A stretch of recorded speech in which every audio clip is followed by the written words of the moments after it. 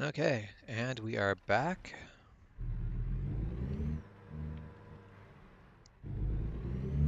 So now we have a little ways to go in order to actually pick up our load. I'm a little sad because the load that I actually really want to take um, from Hobbs, New Mexico to Bellingham, Washington exists. Like if I go to the job market right now, the you can just take I can take a load of grain from Hobbs, New Mexico to Bellingham. That is 1,833 miles. But I'm not going to make it to Hobbs, New Mexico in time to take that. Or at least most likely I won't. So instead I have taken the longest road I can find, or longest route that I can find, which requires me to get over to Seattle. And then I will be headed down to New Mexico. Hey Michael, how's it going? I hope you had a good day at work.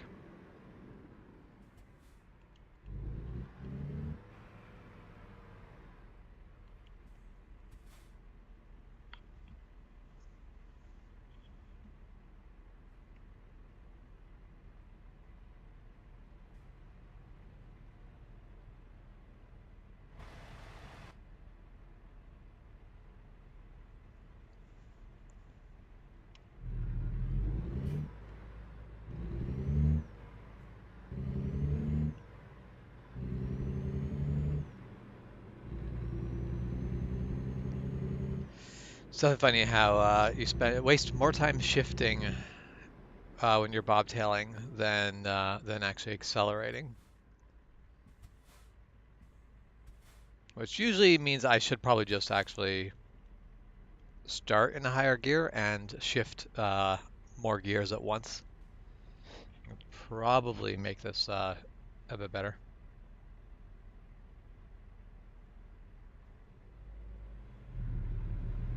Yeah, that's the thing.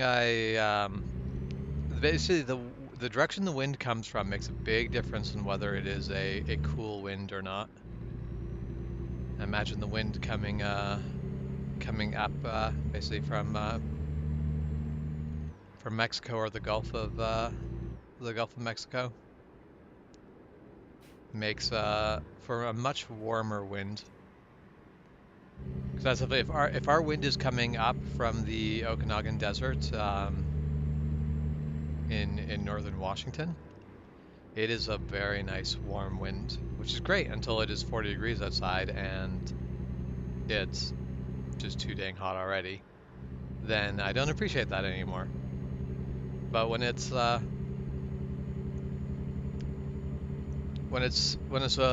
warm day and the wind comes from the north, comes from northern BC down the valleys, that can be a very cold wind.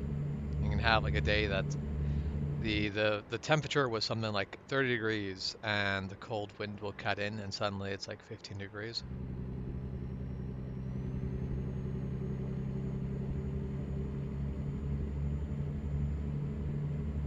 We're bobtail. We're basically a car. Just blow past everybody, make this trip in record time, pick up our load, and then go for a nap.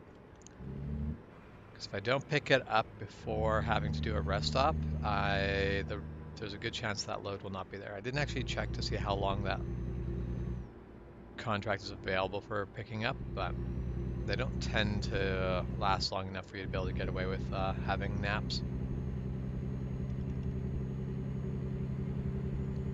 So we're doing some Grand Theft Auto driving.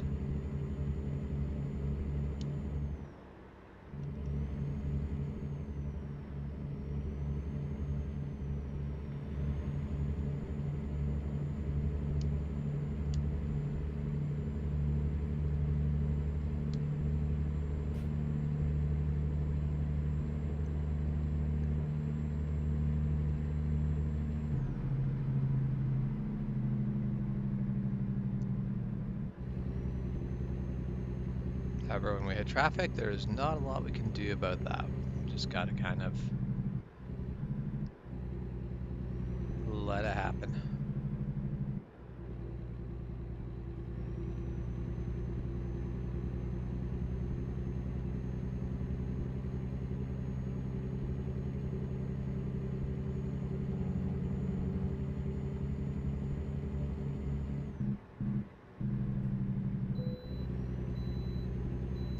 So, well, it makes sense for me to be able to bypass the weigh scale. I have no cargo. I'm pretty sure weigh scales will just always let you pass when you have no cargo. It would be kind of silly of them not to.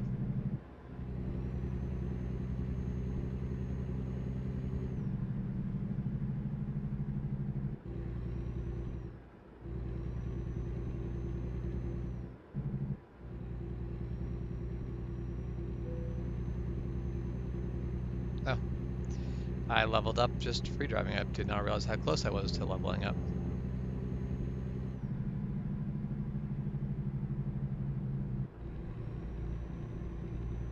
Come on.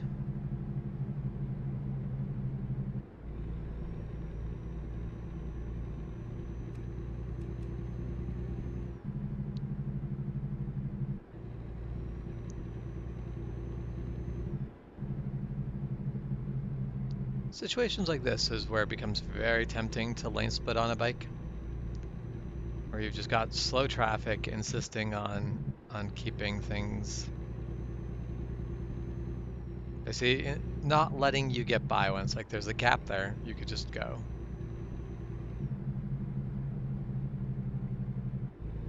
What do I think of the zipper merge? I mean, if you're coming down to the point where a lane is merging and you have heavy traffic, the zipper merge is the only fair, efficient way to do it.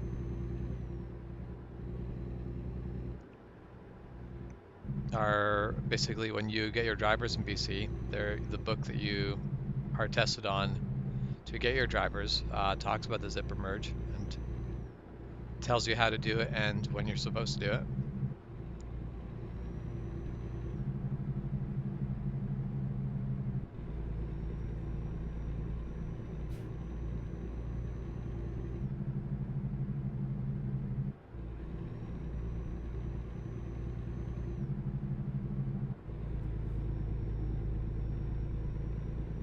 Man, I hate this bus so much.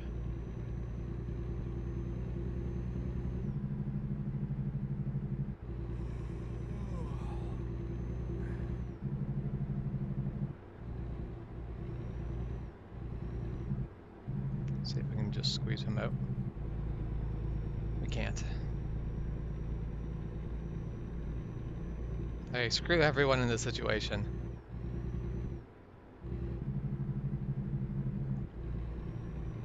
I mean, the zipper merge is still the efficient way to do it. I don't care what speed you're doing. Oh. You deserved that, bus. You deserved that. You deserved all of that.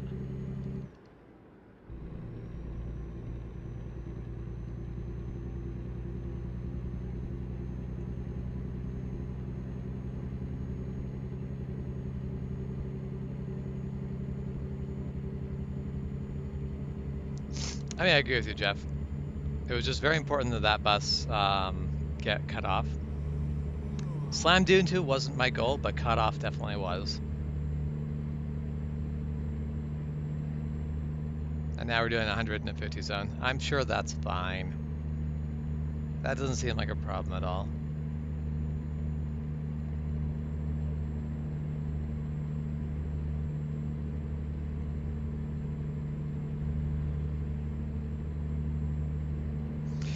Basically, anytime that you spend this game driving without a trailer on, you just feel like you're driving a sports car. You feel like you're playing a racing game. It's like, go fast. Why? Because I can. I'm no longer shackled to a giant piece of heavy, dead weight. Now, normally I wouldn't, speed quite this much, but I am in a bit of a time crunch and I don't want to miss the trailer.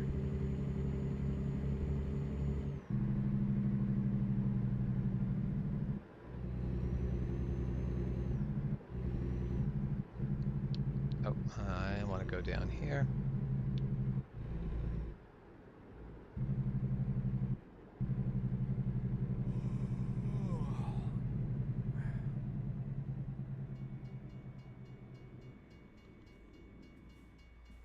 All right. Well, we were doing 150 zone, but we're not going to run a red light. That'd be dangerous.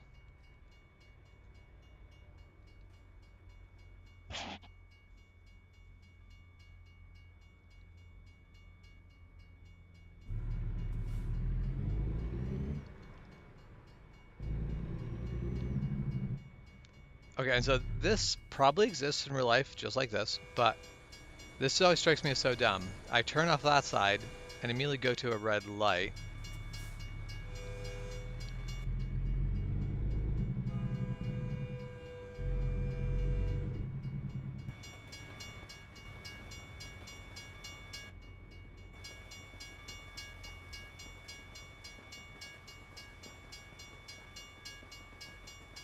That's actually a relatively long train. Longer than most.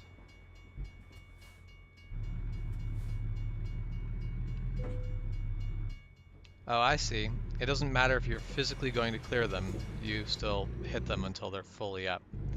Because game objects, the objects are invisible, the visual thing is just there to help you. Oh, whatever. My own fault for being impatient.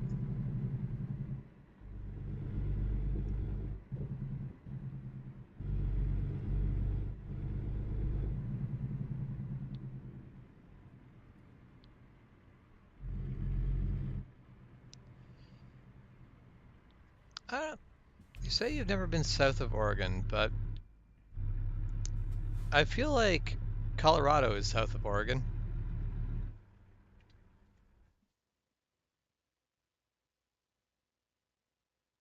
Yeah. So there's Oregon. Oh, wait, no, there's Colorado. You have definitely been south of Oregon. In fact, you've been pretty close to Texas.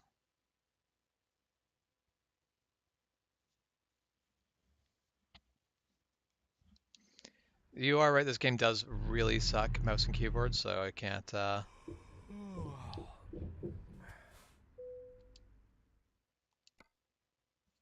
blame you for not wanting to play it that way. Okay, so this is a very long load. Unfortunately, this is also a really crappily paying load. So let's see if we can improve that a bit. So pay 66,000 if it is that sort of load. Let's see what happens if it is flatbed. 68,000. And then I'll actually have an opportunity to actually back a trailer in. So that is less. And on the one hand, I really kind of like the idea of taking this tiny little trailer with a total weight of 26,000 pounds, because that'll be an easy run. I think we'll go with this 51,000 pounds of pipe, which is heavier than this one, yeah, because this one's 49,000. It does get me that the double trailers are going to haul less pipe than the longest single, but I guess that's not. You can get shorter doubles than singles, so.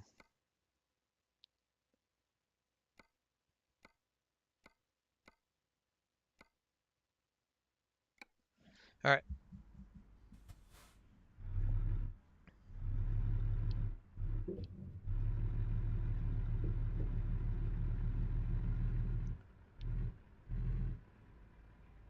So right there is my trailer. Need to slow down, not because I actually need to slow down, but because this game, it takes time to move your steering wheel from one side to the other. And it just takes a little bit too much time. And of course, I've tapped my brakes too many damn times.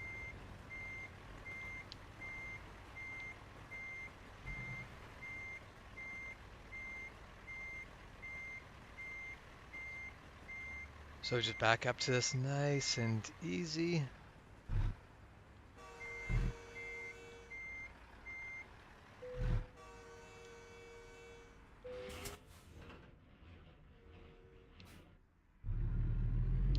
Okay, now first things first, we have grabbed our trailer. We need to go and have a bloody nap. So, okay, on our way out of here, there is immediately a place that we can nap and take a break, so that will work.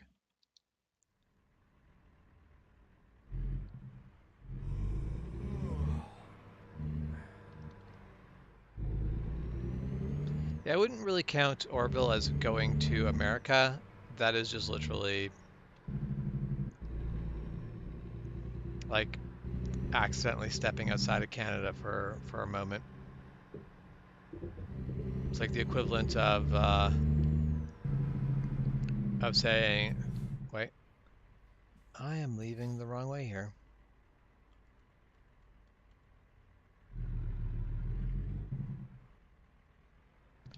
That'd be like me saying, "Yep, I've gone outside today. I took the trash out." Doesn't really count.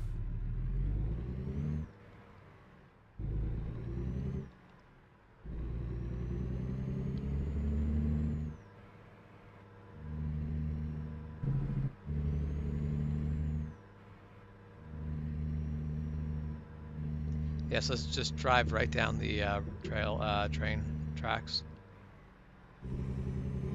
Seems like a safe place to be.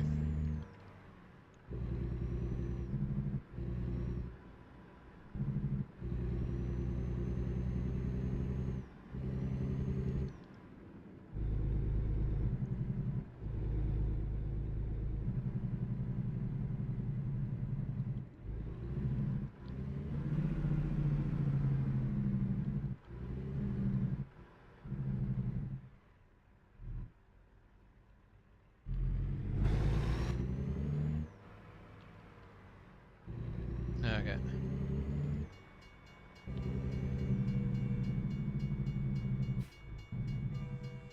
Yeah, I can imagine. I do hate that there's not a way. I just want to be right over here. I want to be on the other side of that fence. But I'm gonna have to go out onto the highway and then come on over.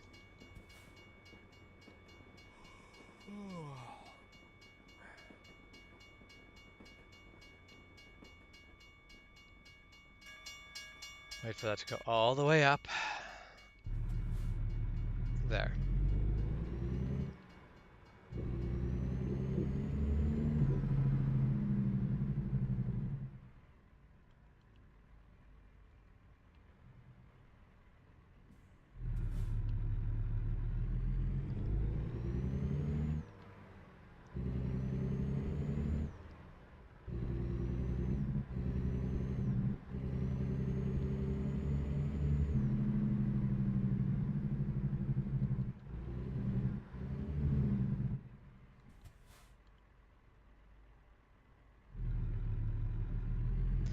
Okay. So we've got that green, but then we've got this red, and this is where this doesn't make sense to me, is now I am stuck at this red light. This doesn't, like, this seems like a terrible setup. It's just at no level does this make sense to me to just build turn left and then immediately have a red light, so I can't go. I'm basically have a large vehicle blocking that intersection. Like, if you're never gonna have big rigs in that area, okay, not a problem. But if you're gonna have a long combination vehicle, nope, this is a problem now.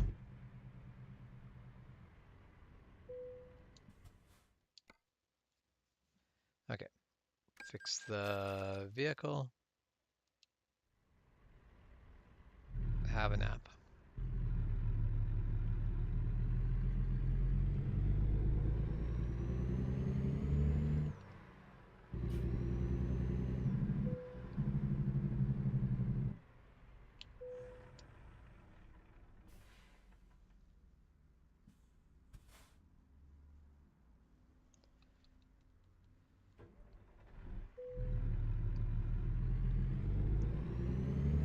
Like that is, I could have done better of not blocking the intersection, but at the same time, it's basically I'm not going to be blocking the oncoming lane.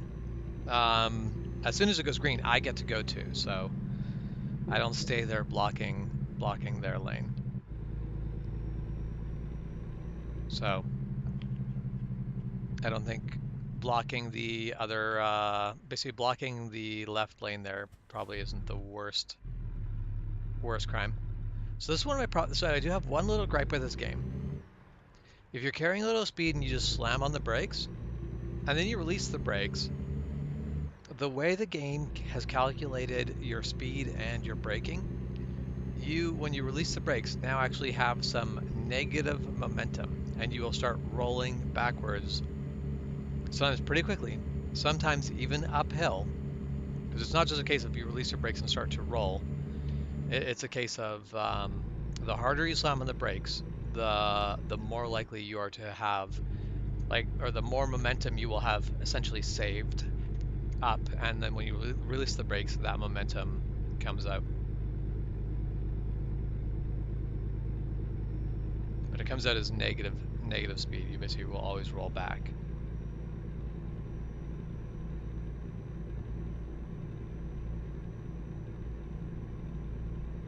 Hey, Jurassic World.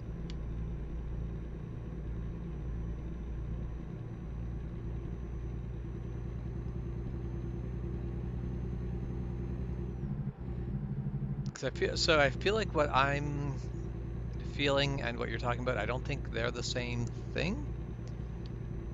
Because that's where like when I release the brakes in this game, uh, the the vehicle will often actually it will basically the way braking works in this game is it's giving you negative speed. So often the vehicle will actually reverse direction from just hitting the brakes.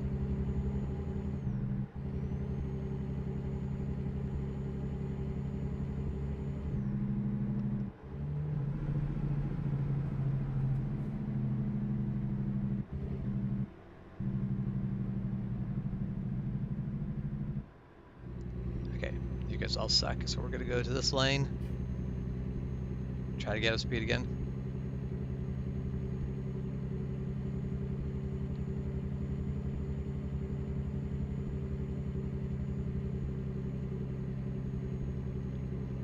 At some point I'm gonna need this explained to me like I'm a 5-year-old, because it does not make sense to me how brakes can impart momentum to a big rig.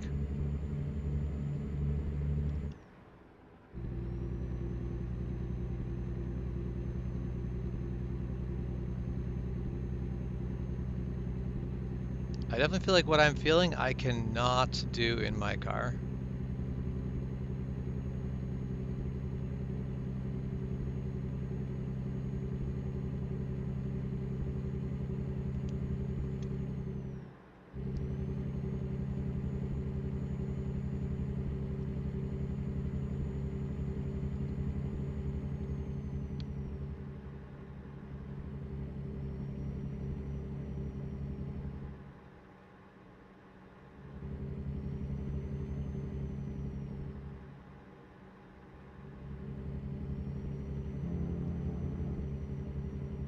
Oh.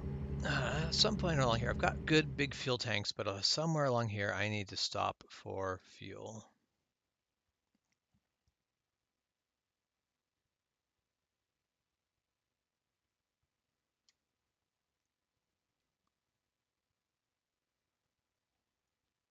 We'll do it here. That works.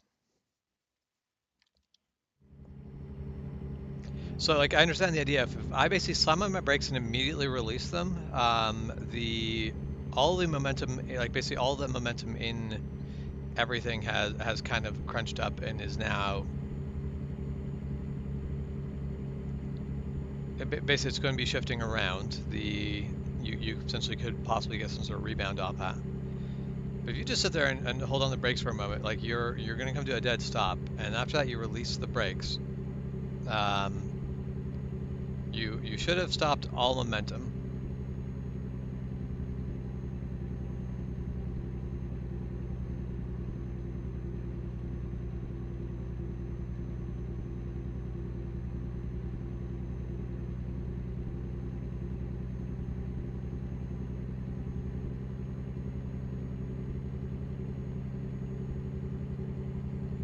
Yeah.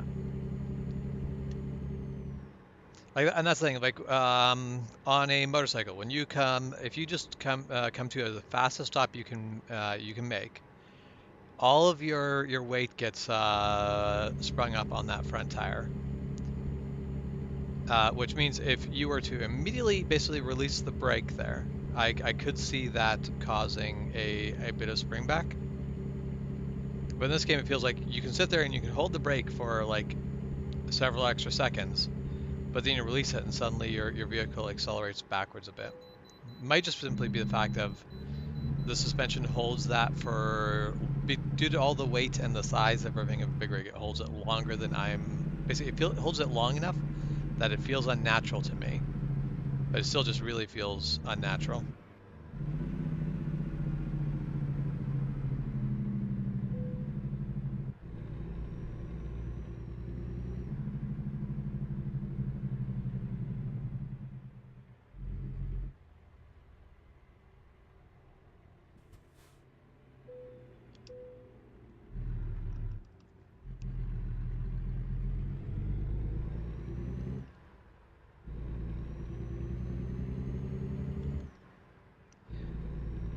Now, so one thing that bugs me in this game that I figure is probably realistic, for sure, but I could be wrong, is that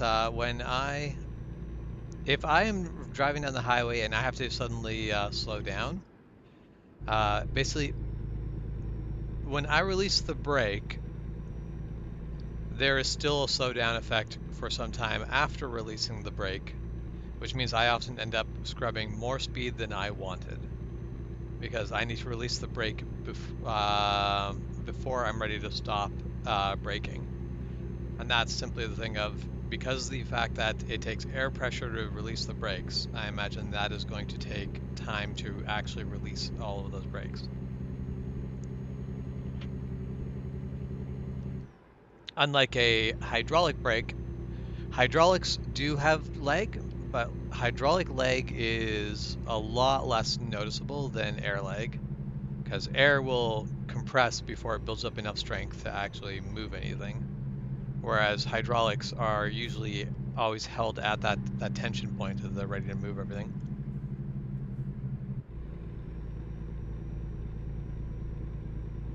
Or I guess more so it's not that they're held at that tension point.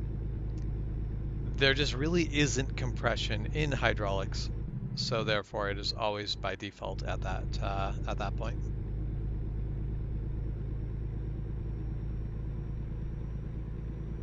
And so that's the thing, but it's not actually the air doesn't really need time to move because you're not moving. You are moving air, but the system always has air in it. It's just the air doesn't have pressure on it. Pressure can move really, really quickly. Like pressure is near instantaneous. The problem with air is that it compresses. So, hey there, buddy. How you doing? Oh, I don't have a turn lane. I have to wait. Oh, have to hit the brakes again because I started to roll. I am not in a convoy. I have not set up the account I am playing. The account I am playing on right now has not been set up for World of Trucks and has been a thing I've been meaning to do, and I have never gotten around to it.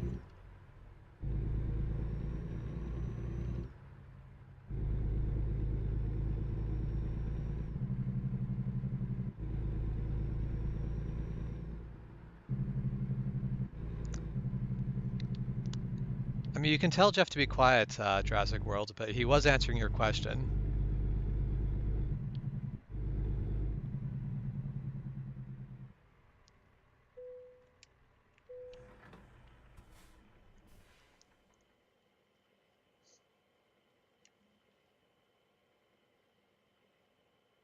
So I feel like telling people who are answering your question to be quiet is not a wise move, but you do you.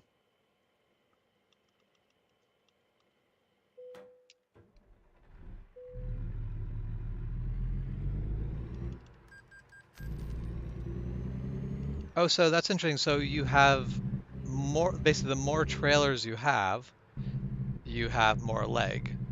Now, would you have, because I assume you would also actually have a bit more leg per axle, or is it just per trailer? Yes, you were asking me because I'm the one playing, and Jeff was helpfully answering the question. Oh, that is weird. It wants me to take that entire loop just to do a U-turn. I am not going to do that. I'm just going to pull across the highway that it seems to have difficulty with.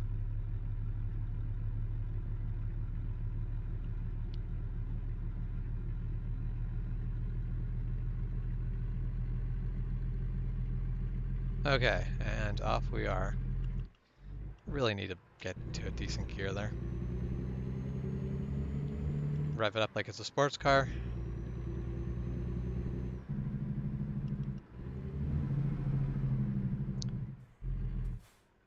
Because yeah, so my whole thought on how I would expect air brakes to work is that the more axles you have, the more basically the more space you have for compression, the more leg you're going to have. But also the longer those airlines, the more compression you're going to have in the airlines, as well as I assume that the airlines they're using are not, shall we say, the most resistant to basically being flexed. Because that's where in most shops, a lot of the air in the system actually gets taken up in the airlines. Like you won't visually see an airline swelling when the air pressure is like put up to 100 psi or whatever on the inside, but it does actually swell the line a decent amount, and that actually will give you some leg into the lines. So the more airline, like in shops, most of the air you can get air leg, and it basically is the more distance that your airlines cover, the more leg you get.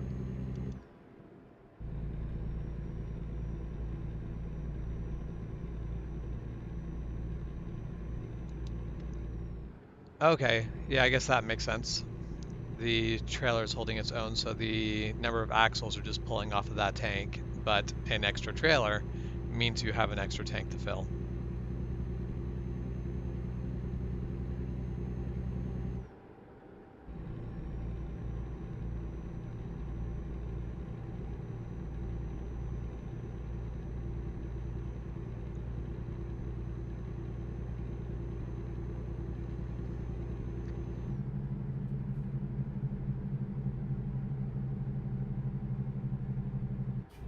I don't play with mods, so I don't think I can give you any sort of link for mods.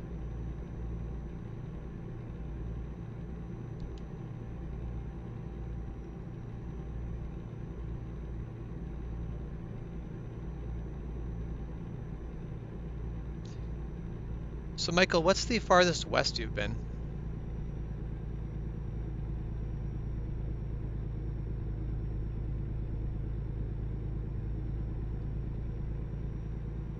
'Cause I've gone as far west as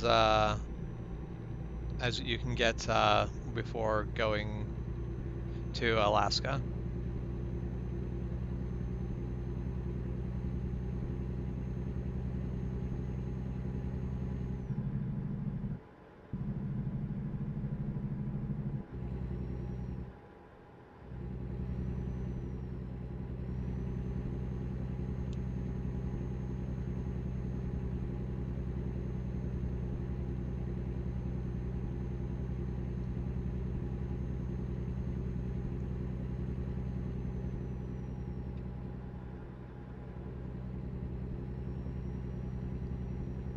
Yeah, it's like a lot of things, Jeff, where there's that this is a rough rule of thumb where is it accurate? No, but it reminds you that this is a thing, and that's really the important part.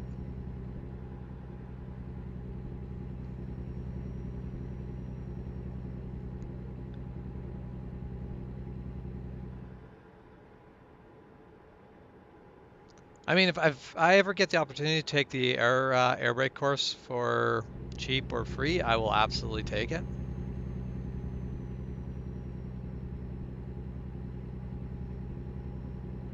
Just actually looking to see how much it is. It's probably not that much, because I know you for people who want to drive RVs and such, they need to take the air brake course.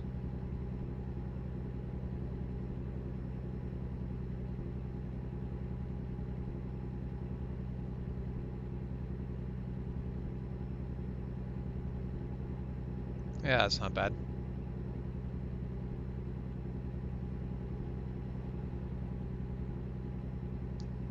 It will, however, have to wait until I actually decide what I'm doing with my life and have a proper income again. Because it seems unwise to spend money unneeded right now. Because I'm sitting comfortably, but also until I've actually sorted things out, should probably hold off on spending money.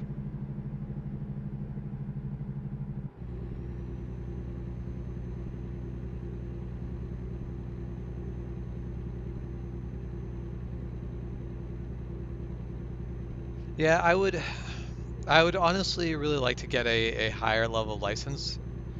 I would go like straight up for class one, except for getting your class ones is actually decently expensive. So that's just totally not worth it.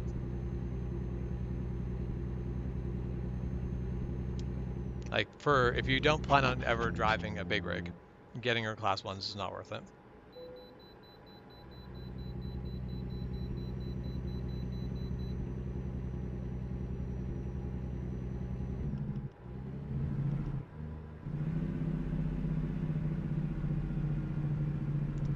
Just bombing here at 45 miles per hour. It's fine.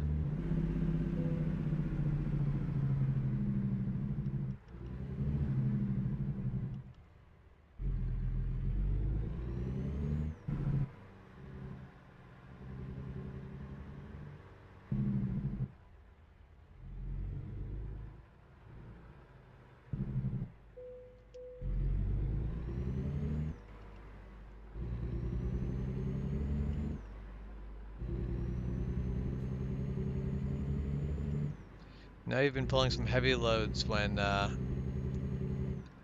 87,000 pounds total combined weight feels nice and light and responsive. Not that that is like that is a relatively that is a lower weight, but still.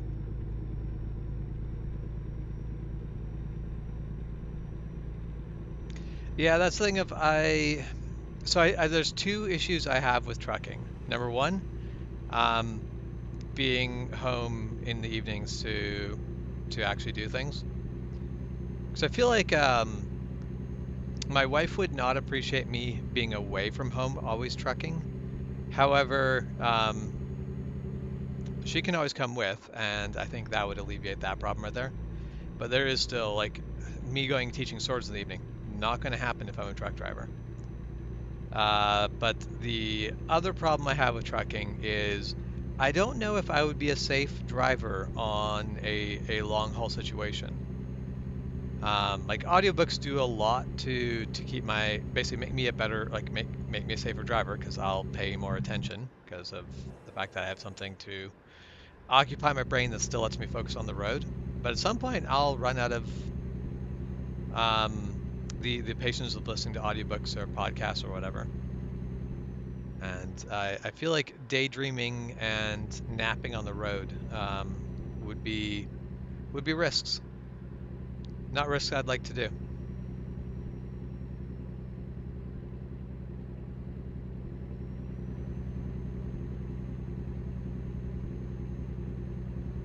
Well, and that's where I feel like one gig that could possibly be worth looking at it for you is garbage truck driver. That seems like relatively like it's usually union work. It's kind of been ironed out, and it doesn't pay it doesn't pay nearly what truck driving does, but it's also pretty easy work, and it's just you go do your route and then you go home. Done and done. There might be other downsides of it, but for everything I've always seen, it just seemed like a very chill driving job compared to a lot of the other driving jobs available. And we're going to screech to an absolute halt because merging. However, people are merging correctly. No one hit each other. We're calling this a win. Oh yeah, I guess there is a smell factor to being a garbage truck driver.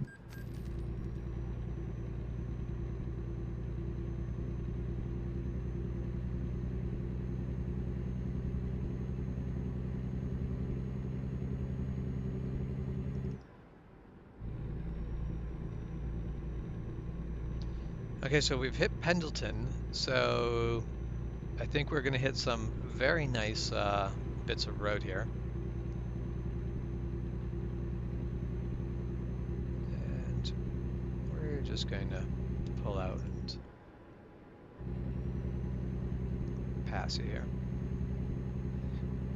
So now I think this is going to mean that when we come through the other side of Pendleton, yeah, we're going to be going up these really twisty sections of road.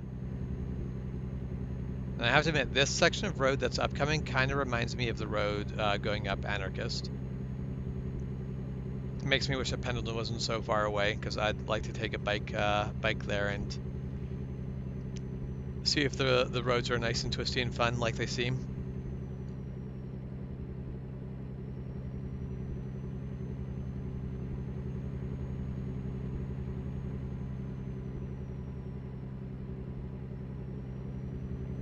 All right.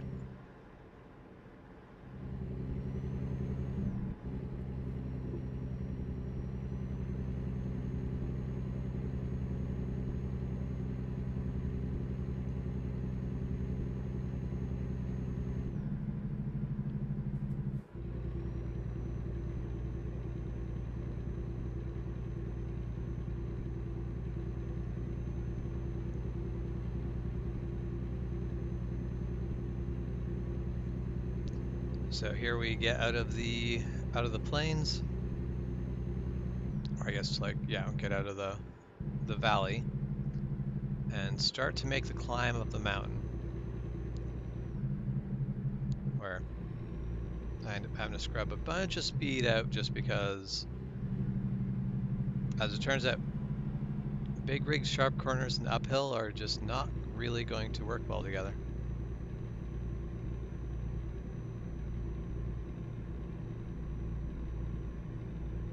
Yeah, and I do want to know how this area looks in real life. I want to know if, because you don't build a road this windy on a low grade. And then you even have this like pull out here that kind of reminds me of the scenic viewpoint you get on the Anarchist as well.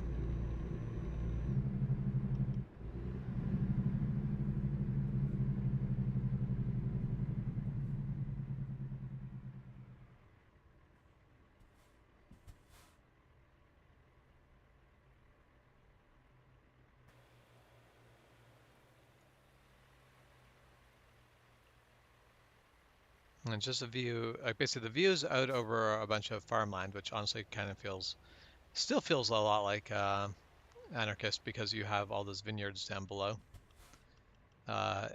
when you're going up the Anarchist.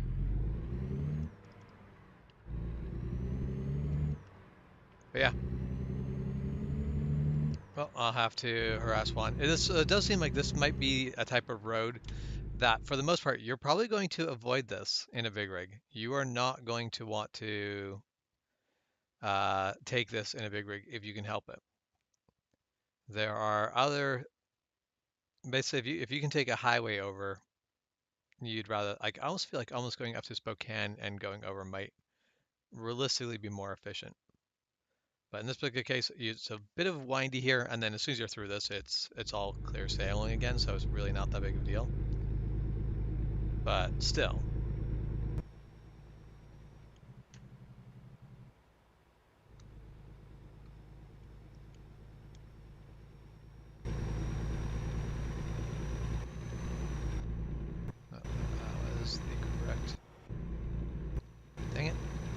how it sometimes auto kicks you out of. Why? I want to be in that camera view.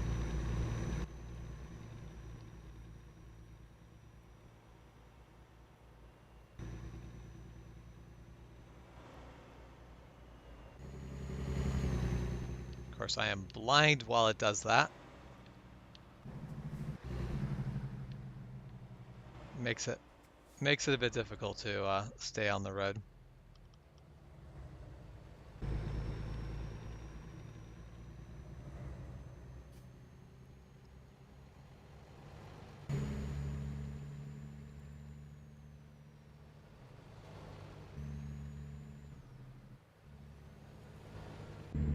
All right, going back to this view over here. I do wish I could.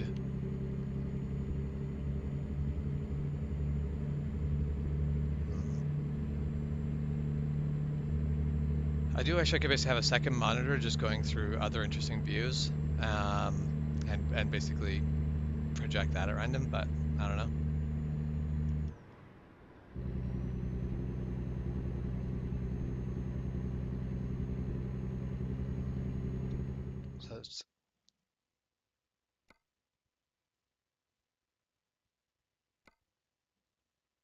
So this is the 84,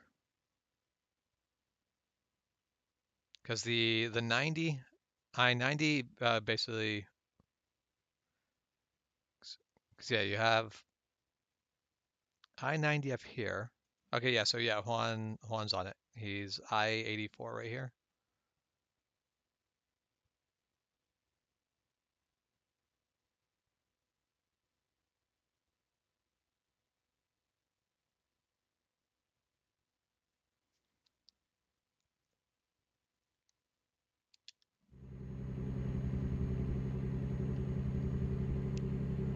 So that is, I'm trying to think. Probably not gonna be able to find it on this map. Like the road definitely won't be, but I think basically if you go down to like Lewiston area, somewhere down here, just on the like just across the border from Washington, there is a tiny road. Basically, I think when you're coming down over here, there's a road that goes down this way, and that road is it basically is just winding down a valley, just switching back and doing whatever the landscape does. And I really want to take a motorcycle down it. Seems like it would be a ton of fun.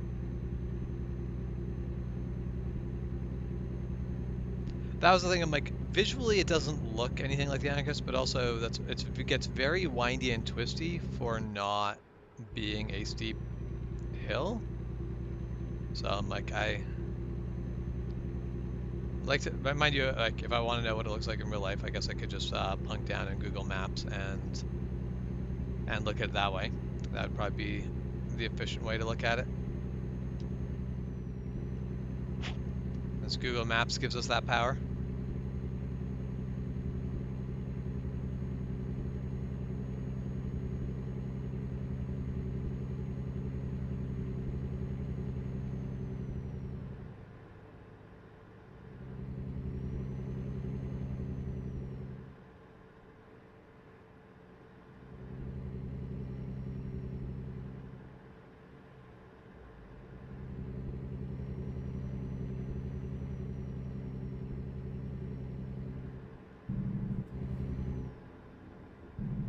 This is, if American Truck Simulator can be believed, this is a very beautiful area though. Between the hills and the forest, it has a very good look to it. Probably also don't need to speed through here as much as I am, because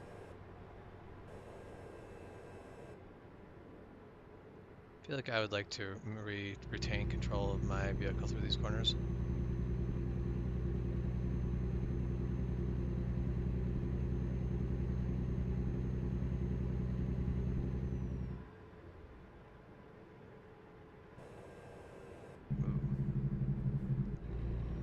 Yes, we will pull out to pass.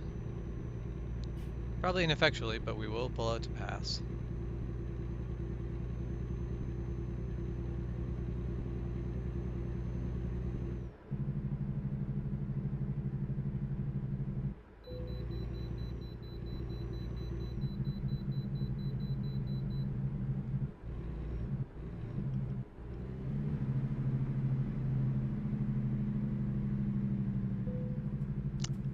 So I've been on this section of road before, and I have every single time had to pull into this scale.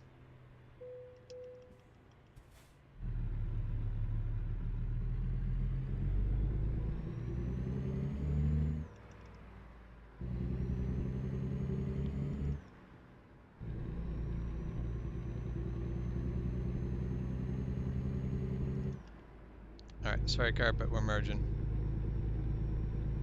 I assume that he was leaving me space to merge because he was still way back there, but...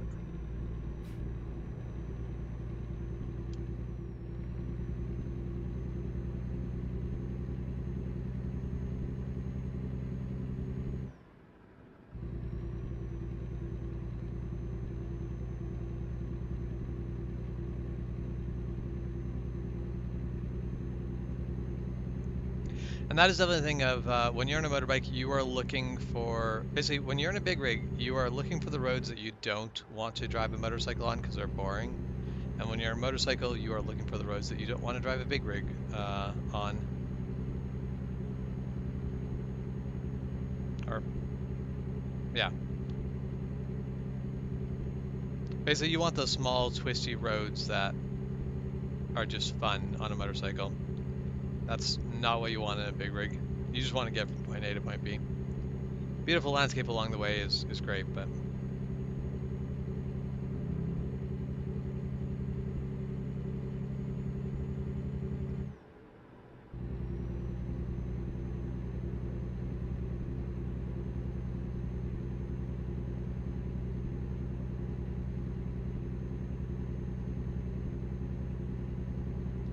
Well, and this game would,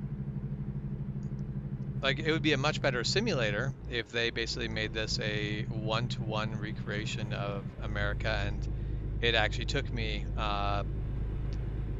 30 hours of gameplay to make it from Washington to New Mexico. And then you could really have everything be right. But the way that they've scaled everything is a bit weird. So while you're in a city, the time scale is 3-to-1. So for every minute that passes by in real life, 3 minutes pass in game. But then once you leave a city, the time scale jumps to 20-to-1. So for every real life minute that passes by, 20 in-game minutes have passed by. So the scale of basically towns are built on a 1-to-3 scale, where the distance between towns is built on a 1-to-20 scale, which means nothing is really quite right.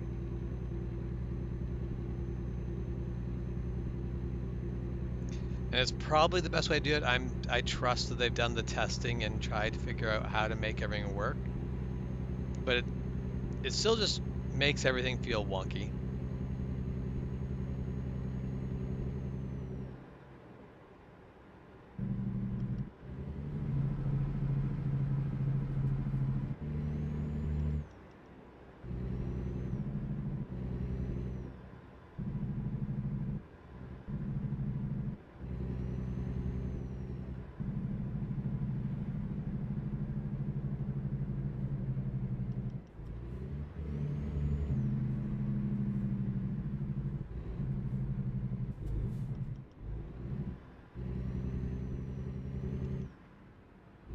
And that's how you zipper merge. And by that's how you zipper merge, I mean by not zipper merging at all.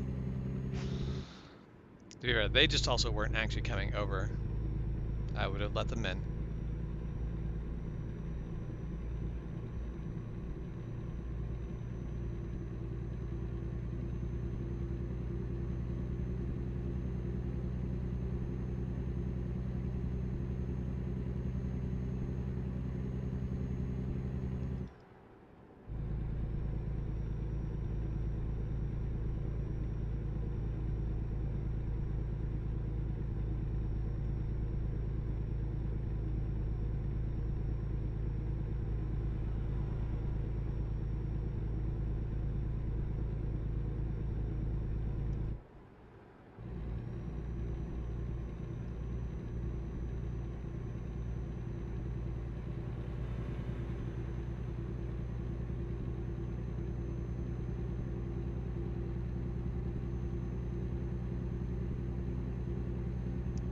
Definitely have driven out of the beautiful lush green hills and forests.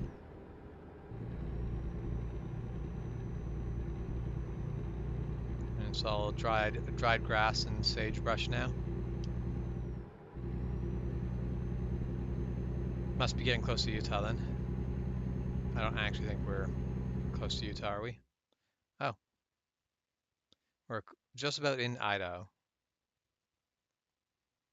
Ontario. Isn't Ontario? I thought Ontario was in Oregon, not in Idaho. But I might be wrong on that.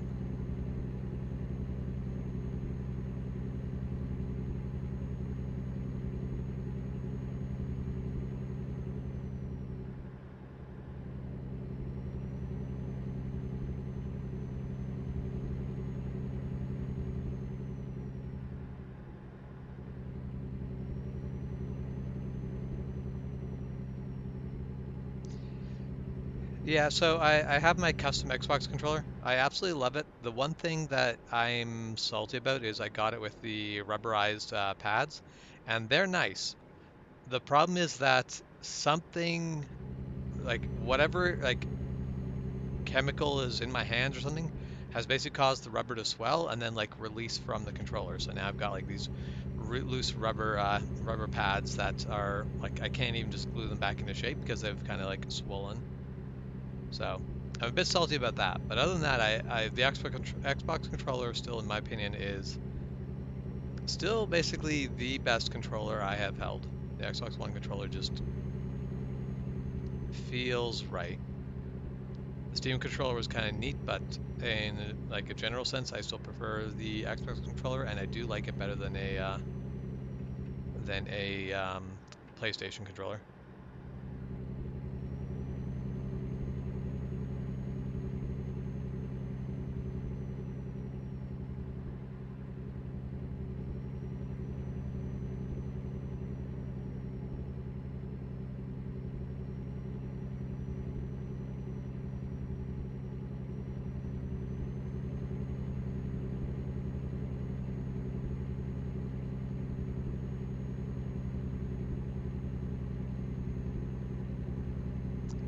I wish that as well. I would love if someone basically made an Xbox controller, but really gave you the customizability of it, like Steam controller did. That would be perfect. That would be absolutely perfect. But that's not something you can. That's not something I'm expecting to get pretty much ever. Like that's if the Xbox Elite controller let you turn those paddles and anything else, which actually, so that may have been there may have been an update that actually allows for that now. But I know at the time the Xbox Elite controller, those paddles, you could map them so they were the same as basically pressing like say X and Y at the same time. But that doesn't actually really help me. How do I shift my game? My shifting is done with the bumpers. So I hit the left bumper to shift down, right bumper to shift up.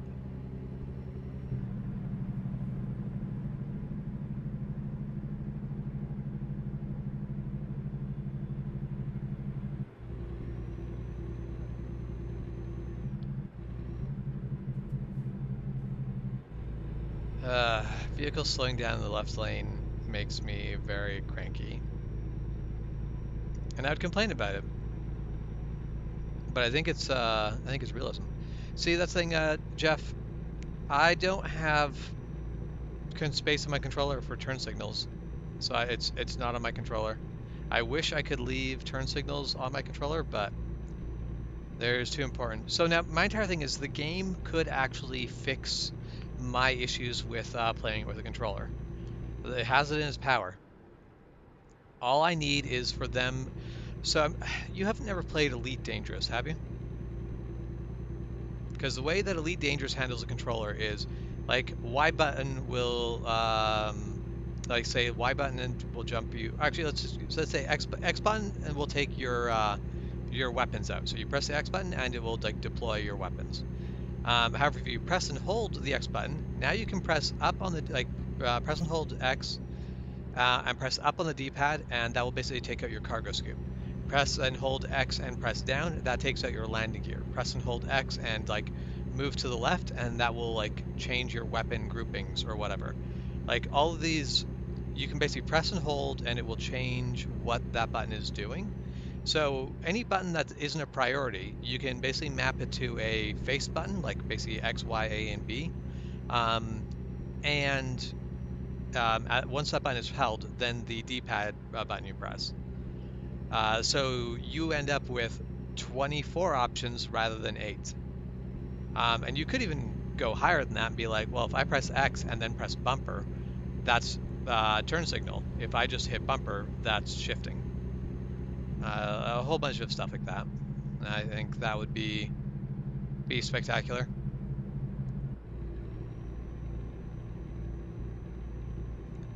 And that's the thing of like it can't be that hard to program that functionality in. And that basically that little feature is one of the things of why I enjoy basically playing Space Trucker in Elite Dangerous. It lets me do all these little silly simulation things. Like I have to take out my landing gear when I go to land. Most arcade games would just be like, well, no, we'll just like landing is not fun. We're not going to make you do that, and we're definitely not going to make you do it in like excruciating detail. Meanwhile, Elite Dangerous is like, so we gave you some options. You can buy an autopilot that takes up space. So if you use the autopilot for landing, the the computer that runs that actually takes a software space that you could put to other places. The farthest east you've been is Florida. I feel like that's pretty far east. I needed to make a road trip to Florida at some point. I I feel like I am owed a drink of whiskey.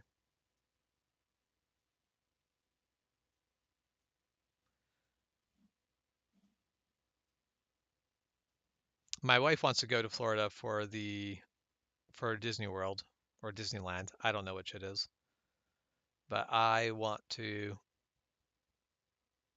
basically go have a drink with someone I am fond of. That's about it. Also, I want to take a motorcycle ride to Florida because it seems like a terrible idea, and it sounds like the right sort of terrible idea.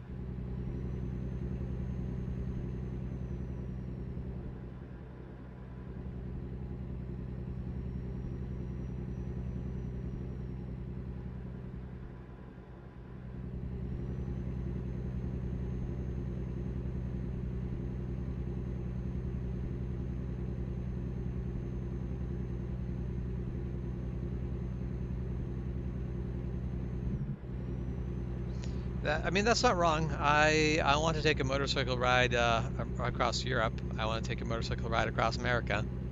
I just want to ride a motorcycle.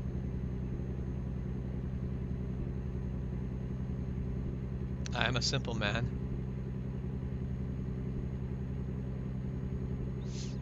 So that is, I was planning last summer of getting, like basically starting to take more video of me riding, and then that just didn't happen. I need to make that happen this year. I need to get the mount set up for the Rebel. And I should at the same time get a mount set up for the CB1000R, but I'm a little more hesitant to record myself riding my CB1000R.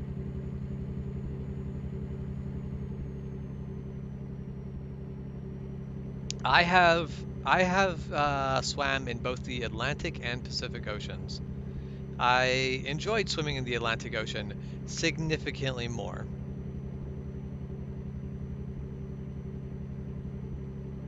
This has less to do with the Atlantic being better than the Pacific and more to do with the fact of what latitude I was at when I was in the Pacific versus the Atlantic.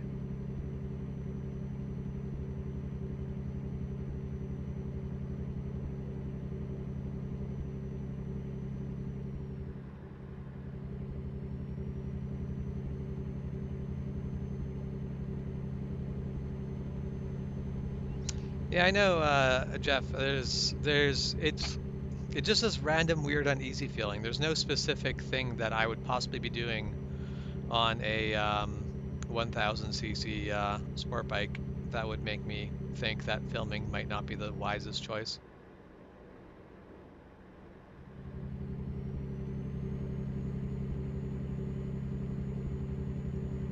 And to be completely fair, the way I ride the CB1000R really isn't that bad. Like you watch the YouTube videos of the people who do um, interesting riding on their bikes, and I will never do anything remotely close to that. But still, it seems like a bad idea recording myself where it's like, yeah, I might at some points go fast enough that this is like bike impounding speeds. I should not record myself doing that. I shouldn't do it to begin with, but if I'm going to do it, and with a bike like that, it's kind of easy to accidentally do that, I sure as heck should not record myself doing that.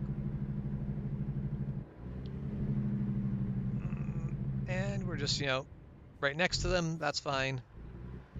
Whew. When people slow down when you're not expecting it.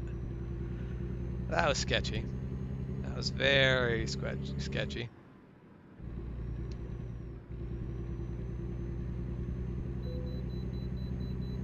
Alright, so I'm hitting every weigh scale this time. So last time I pointed out I wasn't hitting any weigh scale, and as soon as I pointed that out, the next one I got pulled in at. Now that I'm pointing out that I've been pulled in at every weigh scale, does this mean I get to go through the next one without getting pulled in? Also, apparently I have, every time I've gone down this road, I have been pulled into this weigh scale, because I've never gone down the highway over here.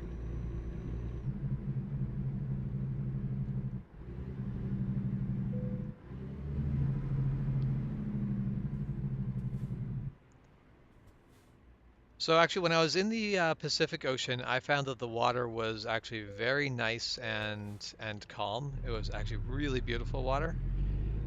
It was, however, in Tofino, BC. The water was about 7 degrees Celsius. When I when swimming in the Atlantic Ocean, the first time I was swimming in the Atlantic Ocean, it was in Placencia, BC, or in Placencia, Belize. The second time I've gone swimming, or I guess the second and third time I've gone swimming in the Atlantic. Actually, no, the first time I went swimming in the Atlantic was in Belize City. I want to say anyway. But either way, it's been in Belize, where the temperature of the water is the same as the temperature of the air. Like it is 32 degrees Celsius in the air, and it's 32 degrees Celsius in the water. It's just the exact same temperature, air and water. So it's very nice and relaxing. And there's a lot of pretty fish and just very beautiful place to go swimming. And I'm sure that the waters around Victoria Island are nice. However, sorry, Vancouver Island are nice. It's cold. It's really damn cold. Yeah, going swimming in the Gulf of Mexico sounds significantly more pleasant than swimming off the coast of British Columbia.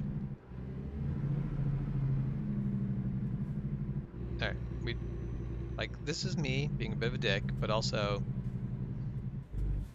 you guys are doing this ineffectively.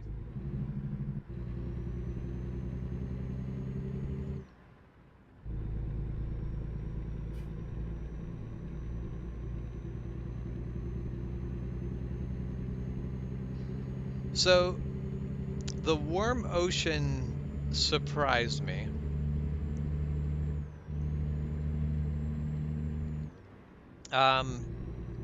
I thought that salt water would be whenever I go swimming in the lakes here in BC, I can't I'm really sensitive to having water go in my eyes. If I have my eyes open at all, basically my eyes are too irritated to be able to see for quite some time after.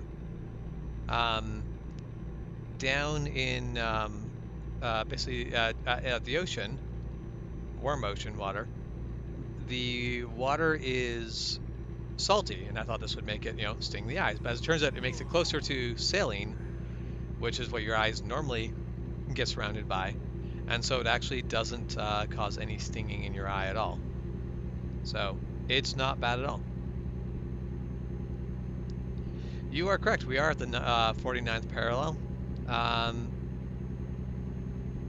and the fact that we're at the 49 parallel is such a big thing in Canada that the motorcycle store that I buy almost all my equipment from is called basically Fort 9. And that's a play on 49 because that's the parallel that we are at pretty much. Most of the population of Canada is more or less at the 49th parallel, like Toronto and Vancouver, because that's realistically most of the population of Canada. But yeah, no, swimming in the ocean is a very great experience. Going snorkeling in the ocean is actually pretty fantastic.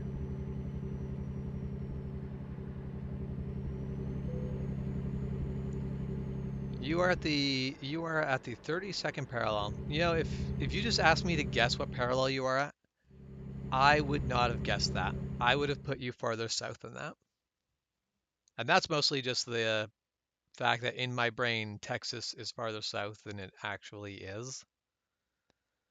Because there's a lot of south still south of Texas. Like even Belize is not, like Belize is still in the northern hemisphere and it is south of Mexico. So I always forget how much south there is to go.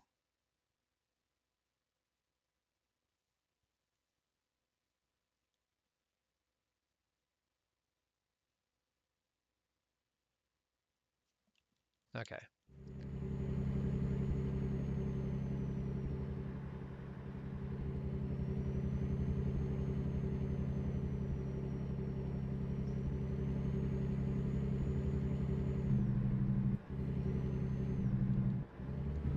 Yeah, for basically maps confuse me because in my brain I know we're far north, but that means everything south of us is still, close to the equator at least, right? But no, it really isn't. However, what I find interesting is if you go south, like so, during summer, the sun basically goes directly overhead in southern U.S. Actually, this now makes me want to check.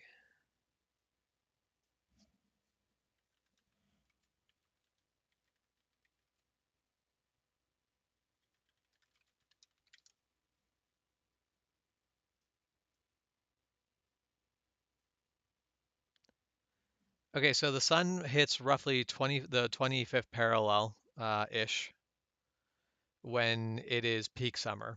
And it goes across to the other side basically and hits the 25th parallel in the southern hemisphere when it goes basically south for the winter.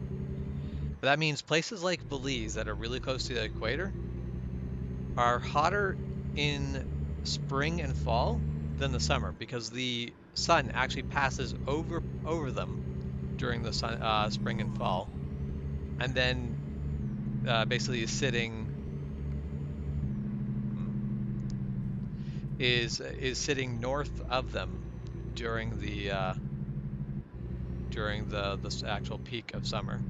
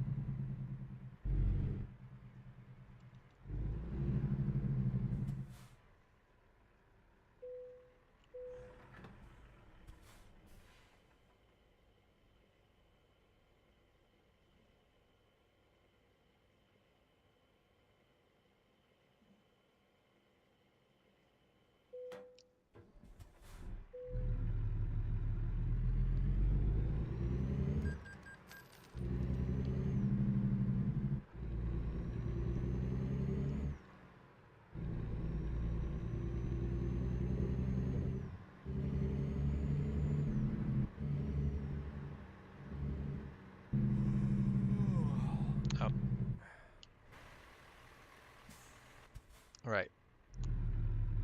I came here to find a place to park. And if I want to do that, I need to actually do the bit where I park. But we're headed this way, so we're going to just keep rolling across, and then we'll park in the back over here.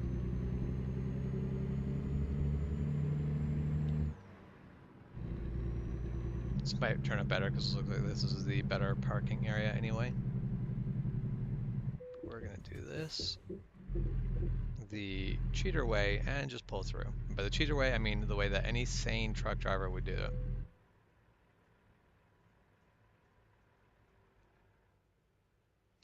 Oh, but the game doesn't allow this particular parking spot to be a part of the rest stop area. That is, we'll just say that is annoying. I have much stronger feelings about it, but that is annoying.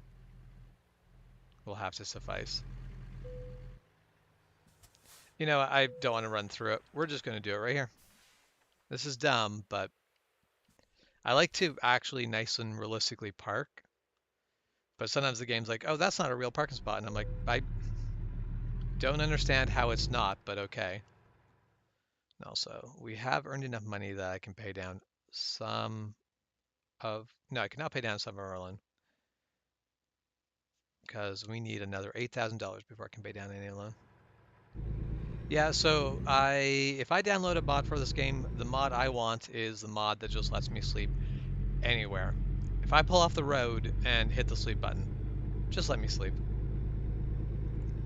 Don't gatekeep my resting.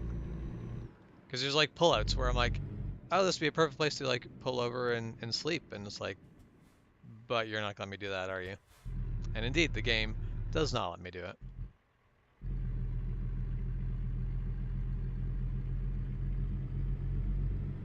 So now I would love the setting of basically the way they have sleeping right now, but remove any of the truck rest stops. Only let you sleep at a hotel, like any of the hotel rest stops, until you have a sleeper. Sleeper means you sleep wherever the heck you feel like. But if you do not have a sleeper, then you can only stop at hotels. That's what I would love.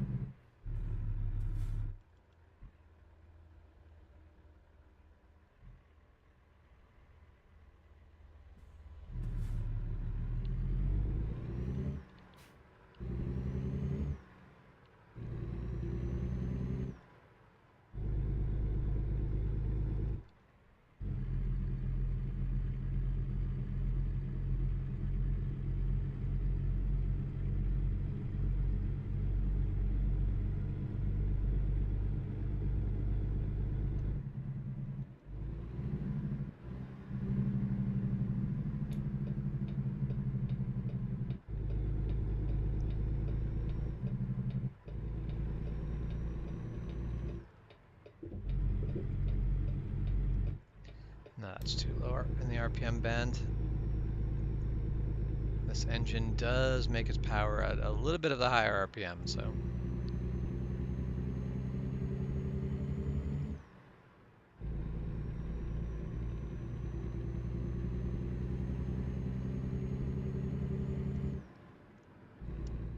The engine I am running, so let's just, if we, oh hey, I didn't spend my skill point.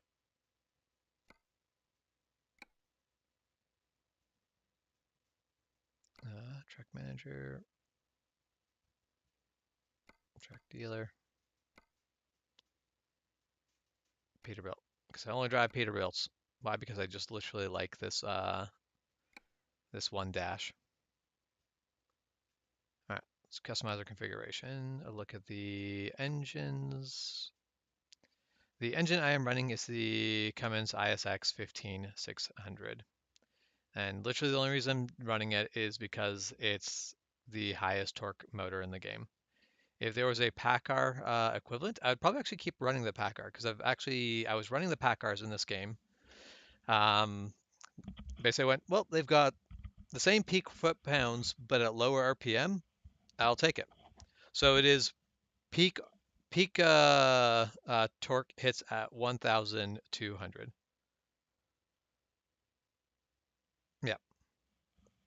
So that is a case of when I am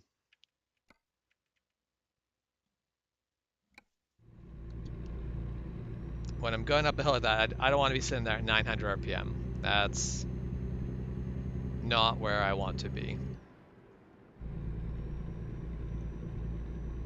And that's where I liked because the first PACCAR you have, I think it's like peak torque is like 800 or 900 RPM. And that's kind of nice because it just literally is like, yeah, shift at like 1400, you're fine.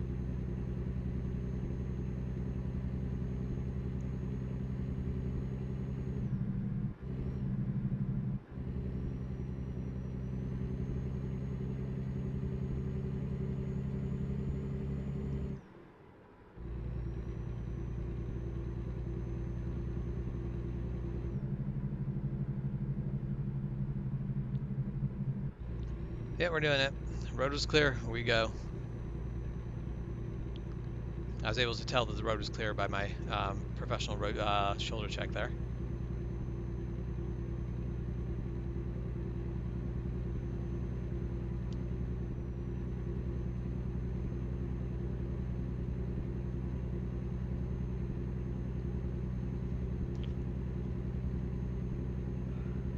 So now, the motors in this game, are there motors like if I go to a Peterbilt dealership, can I get a better motor than these? Can I get something more powerful? So it does seem to work that way. Is I basically just say that I've stopped at every single scale and then I get a bypass the next one. However, I still have to end up stopping because I had cars on all sides, and that big rig wants to get in on the right, but there's just some dude holding his four-way flashers right there. We have a pile up over nothing is what we've got. And cars making choices that goodness.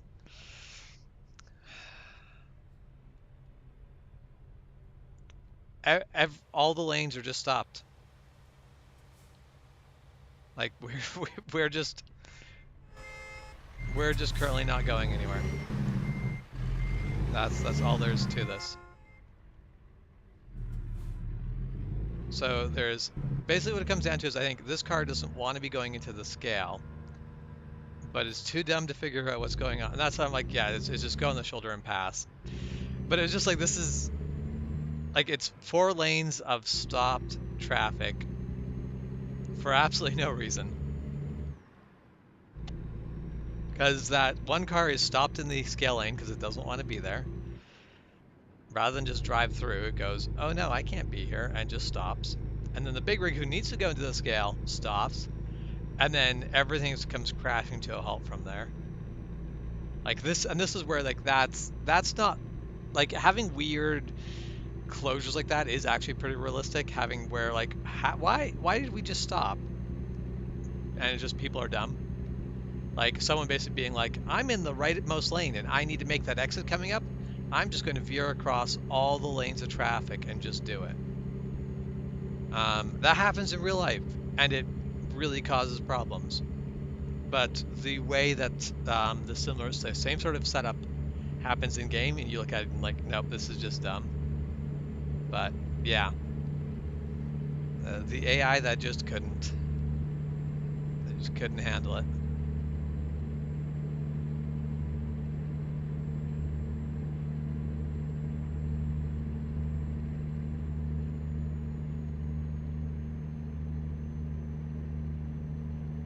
And that's the thing, like every time I basically am complaining about the traffic in this game, I am also trying to basically go in my head, I'm like, but am I complaining because this is dumb but realistic, or am I complaining because this is dumb and unrealistic? And I have to say, more often than not, I look at it and go, you know what, this is a real problem. This is not a weird one-off. This is something that if you're a truck driver, well, congratulations, you're dealing with this crap. You're dealing with people being stupid and this situation just being BS.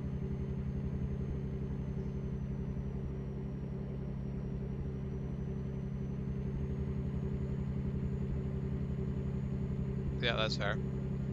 But basically, the most powerful engines in this game are the most powerful engines you would be able to get at a truck without going into like weird custom builds.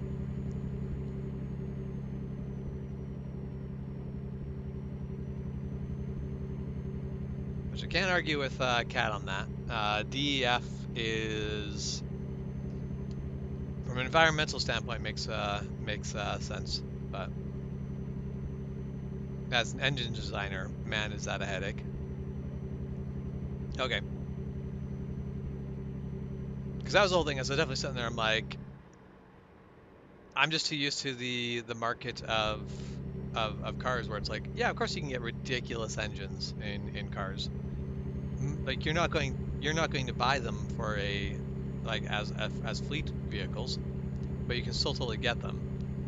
But then I was thinking, I'm like, I wonder if big rigs, like if I went to Peterbilt's, is there some ridiculous engine option that will just haul anything? Or is it just no? And when you have 600 horsepower, you're peaked. You're not getting better than that.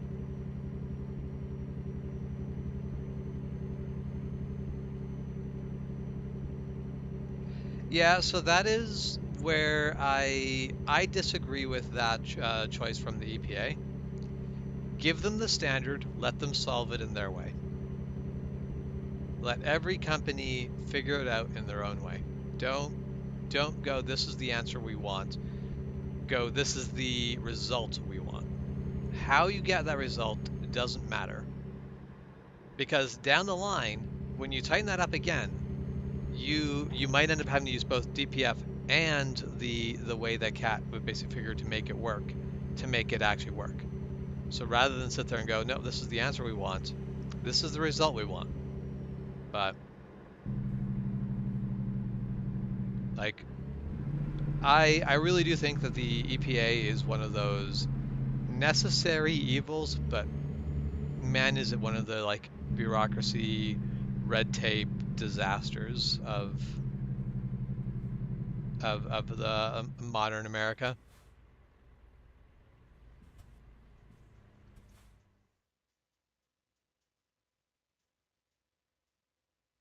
I feel like somewhere I always end up making a corner that I don't. It is not along this route. Okay. So this route is just going to be follow the red line.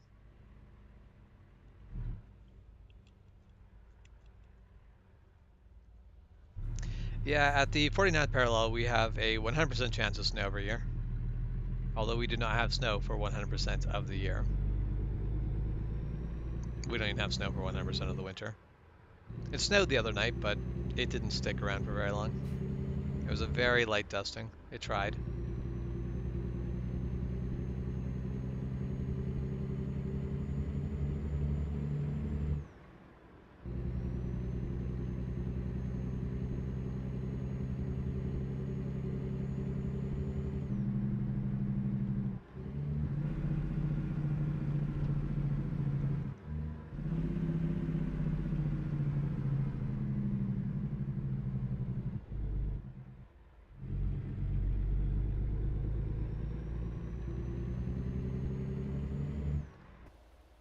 Dream burger.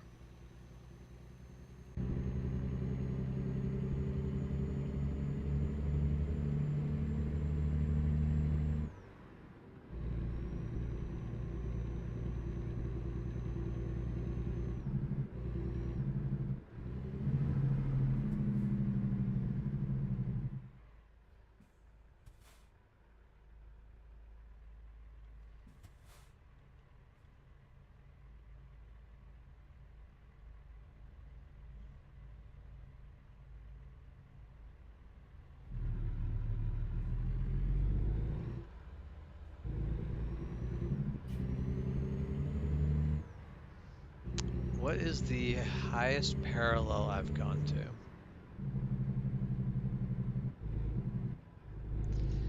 I think I can give you the answer pretty quickly.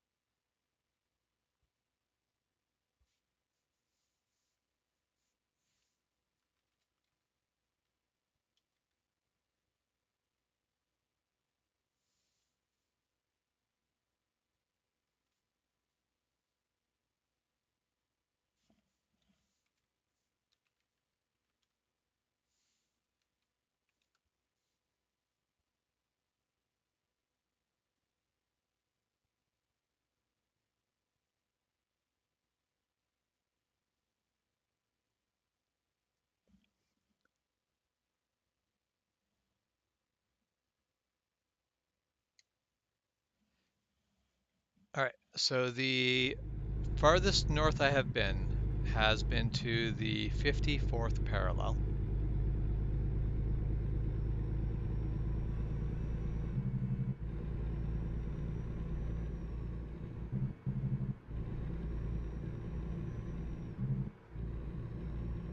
So I hear the train. I don't know where the train is, but I hear the train.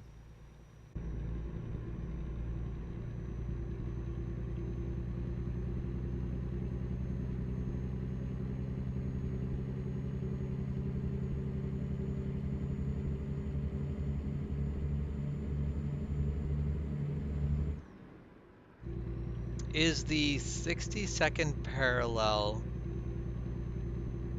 that's out of BC. That's north of BC, isn't that?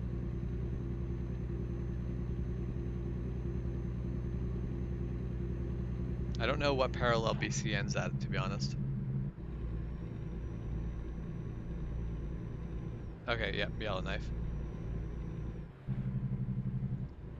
Yeah, it was the, I'm like, partially, I'm like, I'm pretty confident you have gone north of BC, and also, I'm pretty sure BC, if halfway up BC is the 54th parallel, and the bottom is the 49th, I'm pretty sure the 62nd puts you north of BC, but also, who knows, I'm bad at math.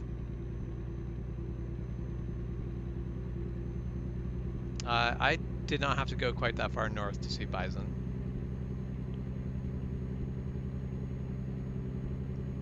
Which I would also love to ride a motorcycle up to Alaska.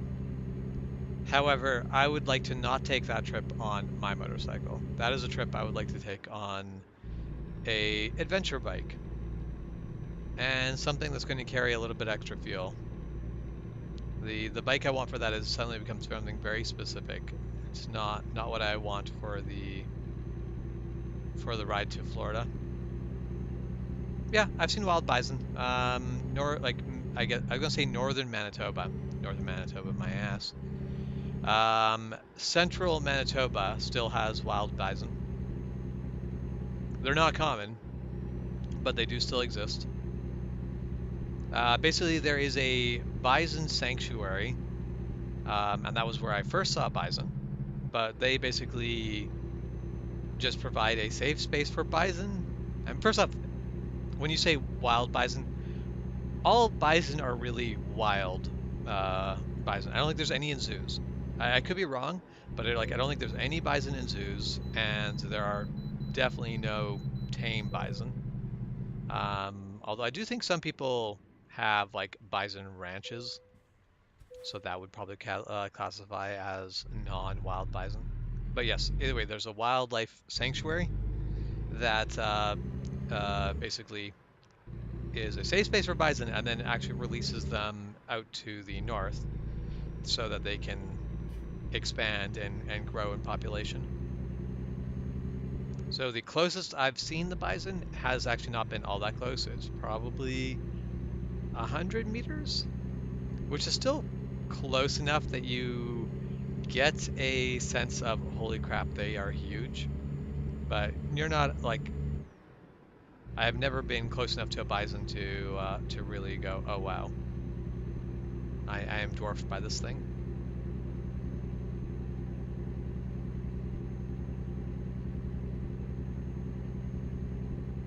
No, Michael, there are no swimming pools in Canada. They would all freeze and cause huge issues. So no one has any swimming pools ever.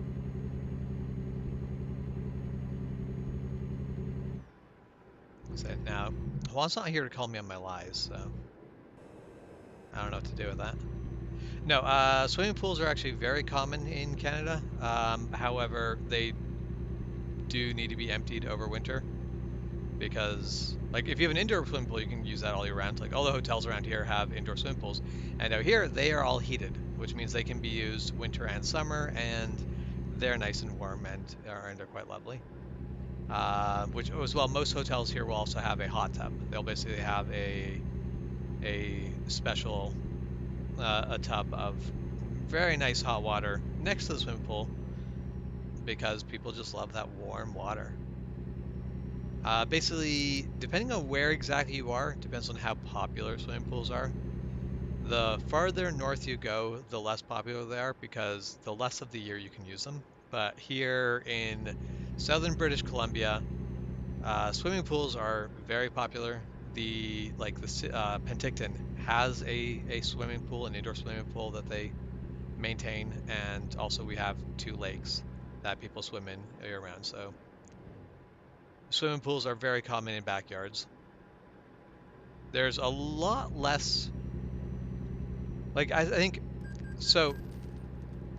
I think in Penticton, basically in the valley, there's a lot less of the like little set yourself up in the backyard swimming pools, like the non-permanent type, than there are in say like Manitoba. But that's just because we're really close to the lake. So rather than spending a couple $100 on a cheap pool that isn't going to last very long, just go swim in the lake. It's it's kind of nice. But in-ground backyard swimming pools are very common on the houses that are in that price range to normally include in-ground swimming pools.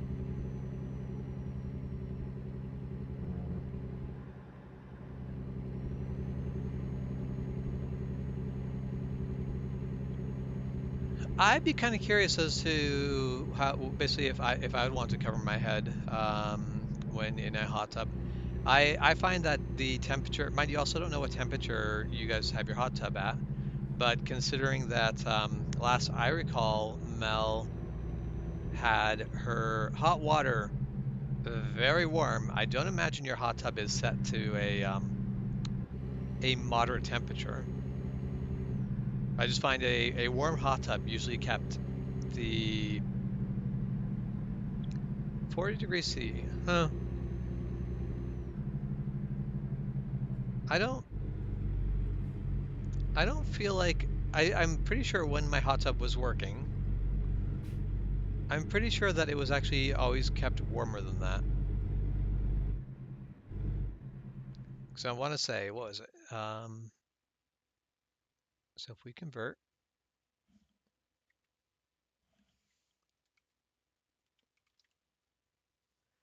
yeah. So the hot tub that I had was always set to just over 41 degrees Celsius. It was set to 106 degrees Fahrenheit,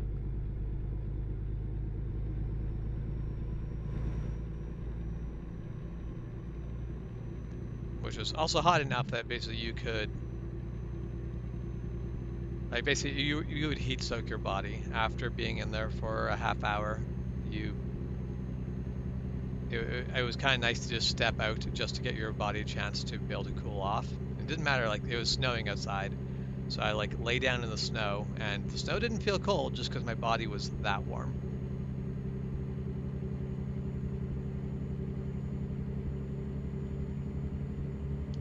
Yeah, part of the reason why mine was set as warm as it was literally just the fact that it wasn't powerful enough to heat up after, because it was a 110. You couldn't heat it up more, so it was a case of you had to just kind of set it really hot to start, and then it would slowly cool down as you were sitting in it. And I think that's dumb, Michael. Like when I was staying at the hotel down in Houston, there was a pool. Couldn't use the pool because it wasn't heated and it was cold. I think it still gets cool enough in winter to that like I would want a heated pool. And this is coming as a Canadian who's used to cold water. So I think you guys should heat your pools.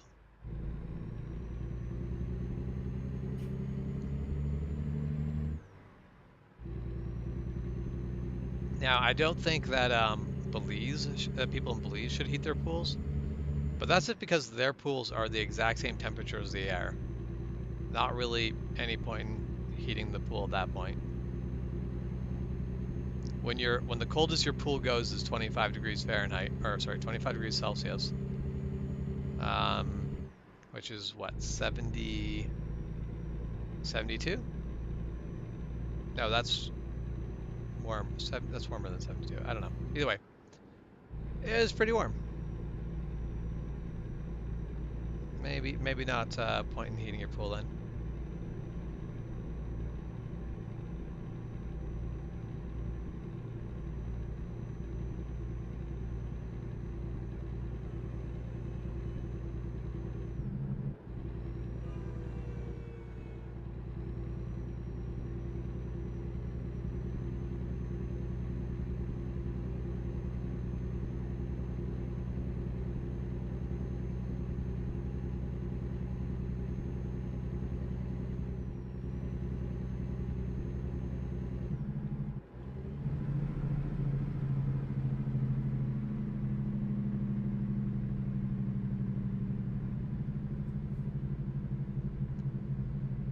So I really want to know how Moab got its name.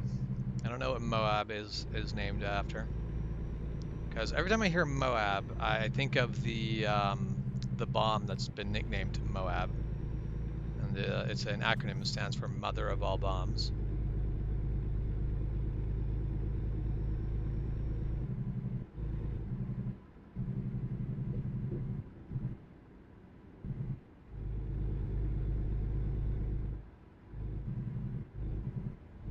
Yeah, see, during the summertime, you would not be using the like even so around here during the summer, the heated pools are not heated. The pools stay warm enough that there's no point in applying heat to them.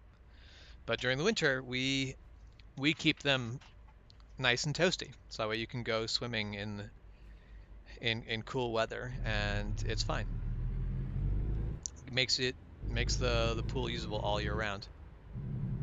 And it just strikes me, it's like you live in a place like Texas where it would be you wouldn't need a lot of heat. You'd need a tiny amount of heat to keep a pool nice and warm, and then you could use it all year round.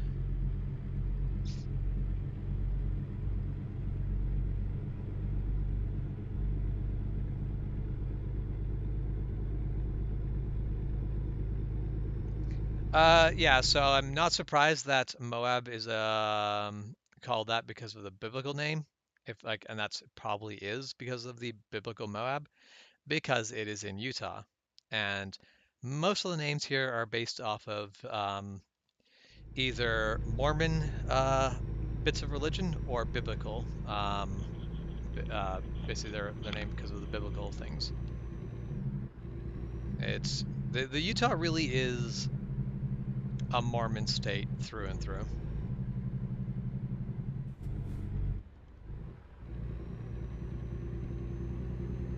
See, but that just strikes me as silly, Michael. Yep, come on in. Oh, nope, this is not going to work. You applied the brakes. You should have just come on in. Yeah, Moab, son of Lot. But Lot had a lot of sons, so I'm not going to remember them all. See, Texas should have a swimming season from December 31st, or from January 1st to December 31st. There should be no reason to stop swimming in Texas.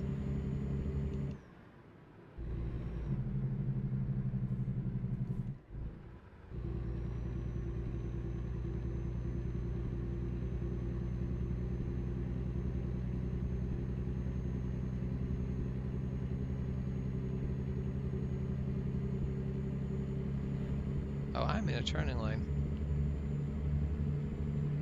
We're passing by the hole in the rock.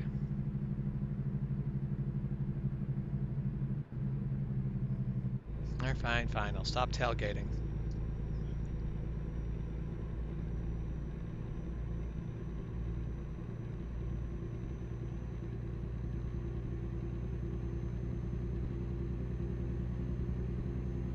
Yeah, so Moab, son of Lot, or Moab, mother of all bombs.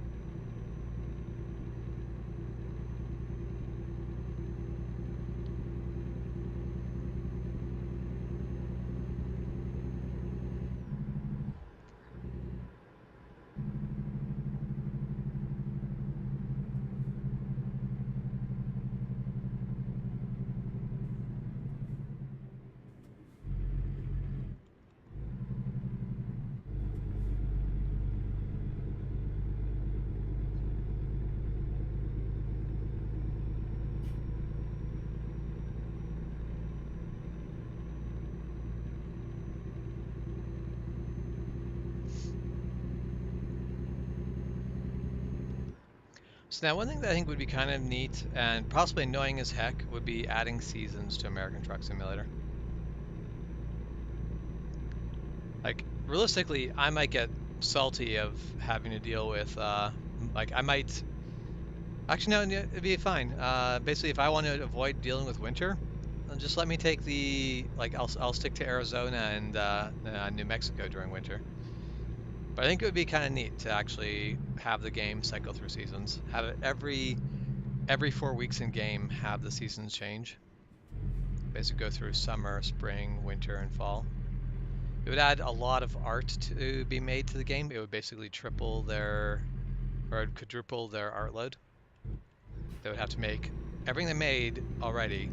No, not actually everything they made, but they'd basically have to make modifications to everything that they already made 3 times.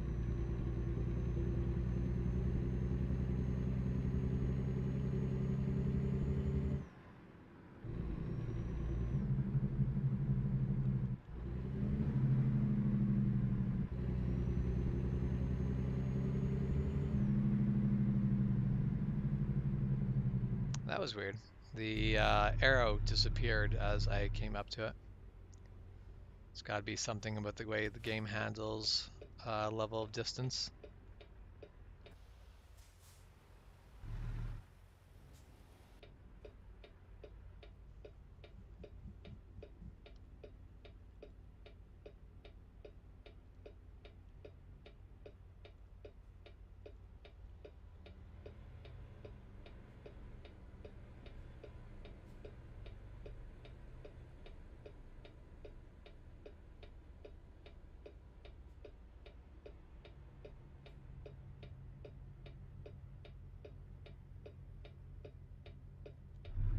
All right, and we go.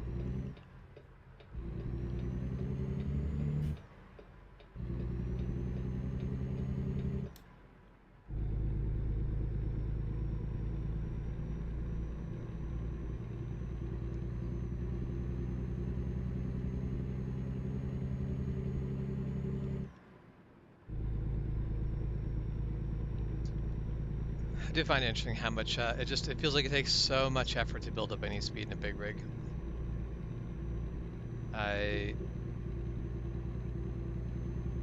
I do really wonder how if I were to drive a big rig for a few years, I wonder how it would affect my basically my driving and my basically how I ride a motorcycle.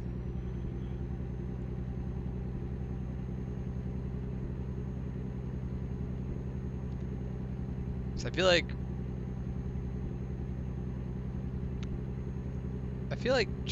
but both Jeff and Juan have a way of riding a motorcycle that involves either really relaxed, massive following distances and really riding their motorcycle like they were driving a big rig, or it's I'm riding a motorcycle and it's just I'm accelerating hard and having fun.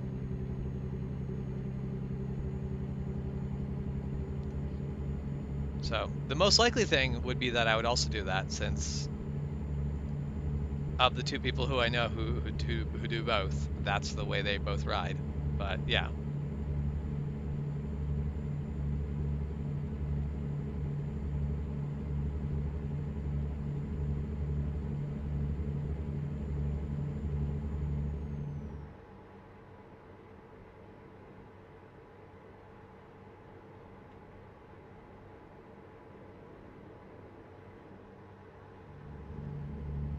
yeah, I definitely. It's I always find it funny because we'll be riding motorcycles and Juan and Jeff like basically they would be behind me by like 5 seconds. They'd be leaving like a 5 second following gap. The thing is, on a motorcycle, you don't need like the minimum following gap of 2 seconds doesn't apply to a motorcycle because you don't ride behind the motorcycle in front of you. You ride in the other lane position. So if I'm up next to the line, if I'm on the left side of the lane and you are in the right side of the lane, you can ride right beside me if you want. You don't have to follow me by any distance. To leave yourself a little bit of comfort, you can leave some amount of distance, and some people will do that. They'll leave like a 1 second following distance just to make sure that like there's no overlap of bikes. Okay, I want to turn left here. Where where is the scale that I have to pull into? Oh, so I'm gonna have to go through, pull into that scale, and then come back? This is really annoying and stupid. But annoying and stupid is realistic, so we will do it.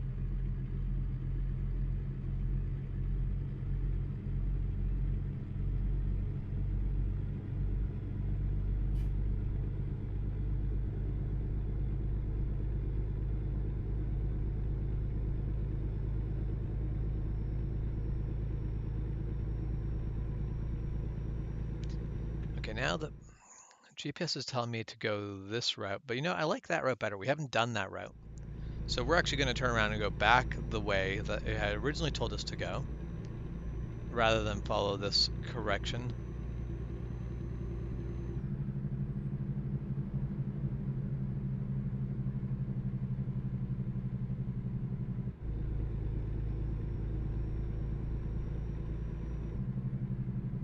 See, if all the cars in the game just did that, then our zip merges would work fine.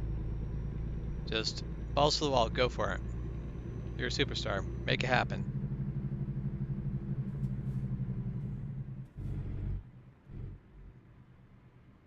Man, would I love to have a steering wheel for this game. Really want a steering wheel for this game. I'm not going to do it because I don't play this game enough to warrant it. But I just love the idea of it. Because it's funny, I don't, I have questions about where you think you're going, guy. You're pulling forward as if you had a clear path, but you did not. You were stuck waiting on me.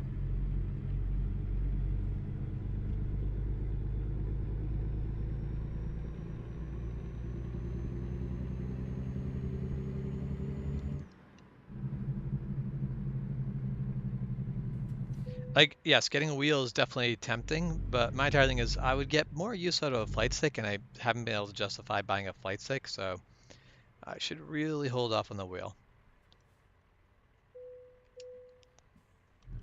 Mind you, it's one of those things of like I really do enjoy playing this game, so if this was the sort of game where like basically people watching me play this is making enough income that I can start looking at being like, hey, I'll use the money I make from basically streaming this to buy a wheel. I'd be more than happy to buy a wheel that way. And I'd probably also tack on European Truck Simulator at the same time. Let's see if I can clip over. No. I'm gonna have that little tag of land that I didn't drive across. I think the roads explored thing is a little too precise in this game a lot of the time.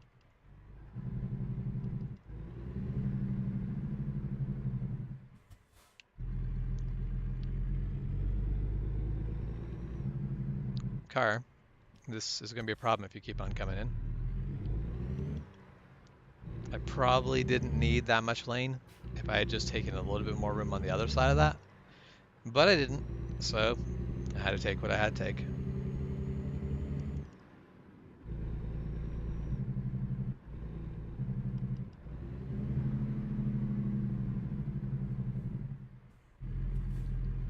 Yeah, for me, I don't know what game I am going to stream when I am done streaming this, but it is probably not going to be a driving game, so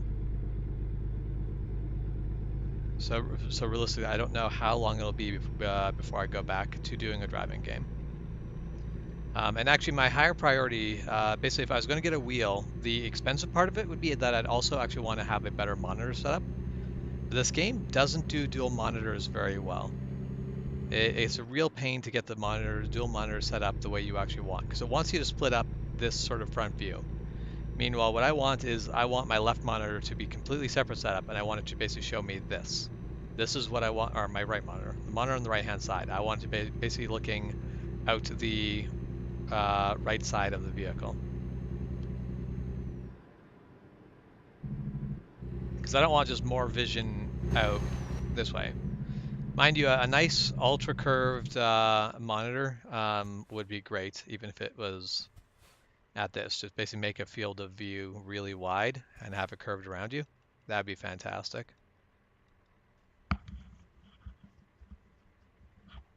So ultra wide with a nice heavy curve, that would just be icing on the cake.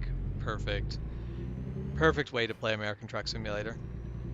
I think almost any game that has you in a seat. Like actually no, just any game. Like first person games would also probably be way better that way.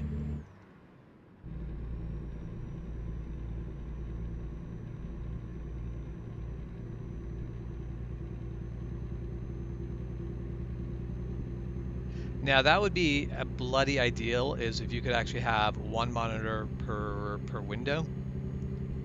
That would just be perfect. Unfortunately, I don't think American Truck Simulator gives you the tools to make that actually work. One game that I find interesting that technically does give you the tools, it's difficult to, like, you have to go digging for them.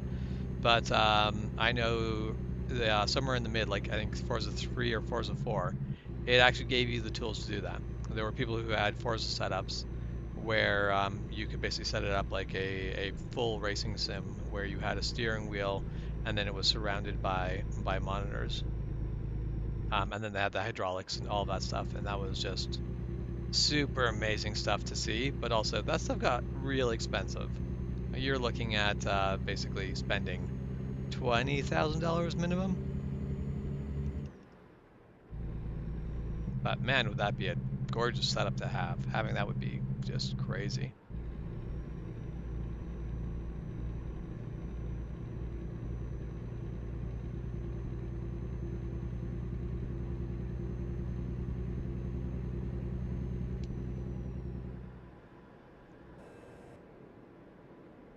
So there's the part of my brain that wants to go, hey, speed limit 65, so you should do at least 70 here.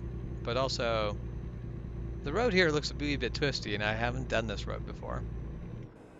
So we'll believe it when it oh, there's a city here, so we need to slow down for this. We'll believe it when it sets the speed limit.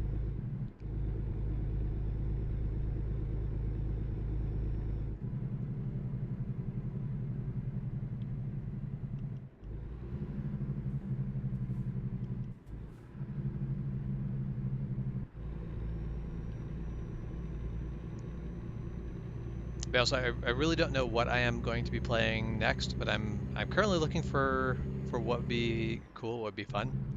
I want something that is something that, first off, it has to be a game I'm going to enjoy playing, because this is not a job. I am not going to play games I do not enjoy. And I've used too much air.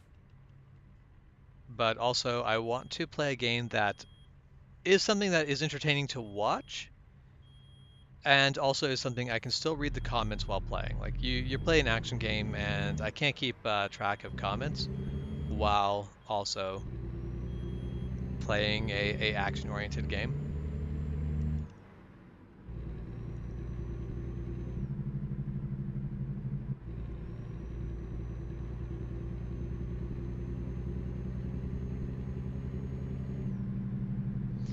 Yeah, at the point of getting that realistic, it becomes a just, you know, drive a real truck. I have not tried Timberborn. It is on my wish list and has been for quite some time.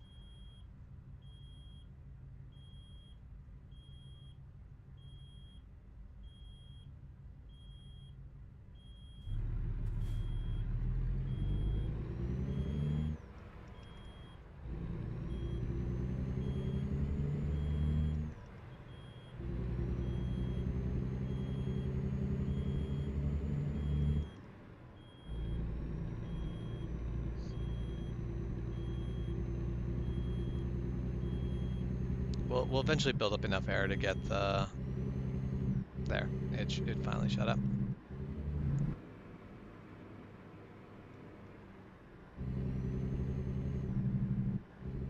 Okay, and we make this turn. You know, a yield is not a stop, so please don't stop.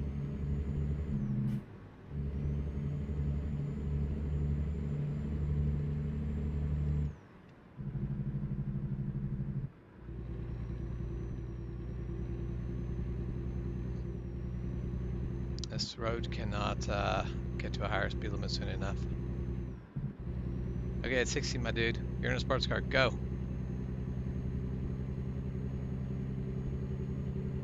That is what I do when I'm basically actually need to build up air fast. I will, like if I'm parking and I've accidentally used up enough air that the parking brakes basically activate, I will just shift into neutral and floor it and just let it build up.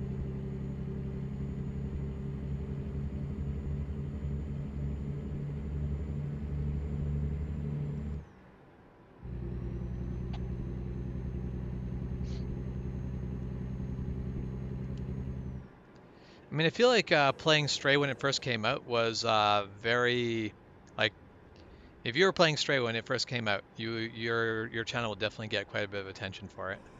But I feel like Stray is one of those games that kind of moved through people's consciousness. People enjoyed it, and then they have just moved on, which I feel like is just the inevitable of that sort of game.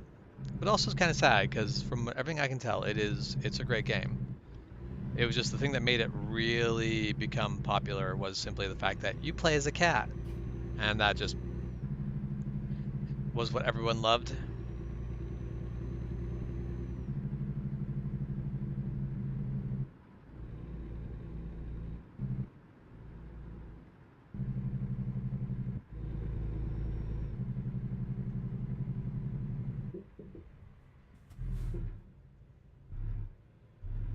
So actually, the biggest problem I have in this game with my brakes is I'm an idiot and I don't drive big rigs. I drive cars and I'm playing with a controller.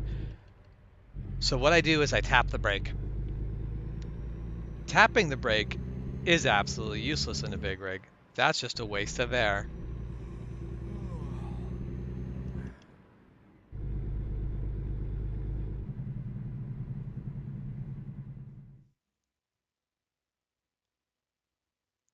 Oh, this might end up being a problem. Now, I do hate this because like there's this big stretch of road and there's just no rest stop along it. There's just the next rest stop is in 3 hours. And I'm supposed to get my next rest stop in 1.5 hours. So I feel like this is going to go poorly.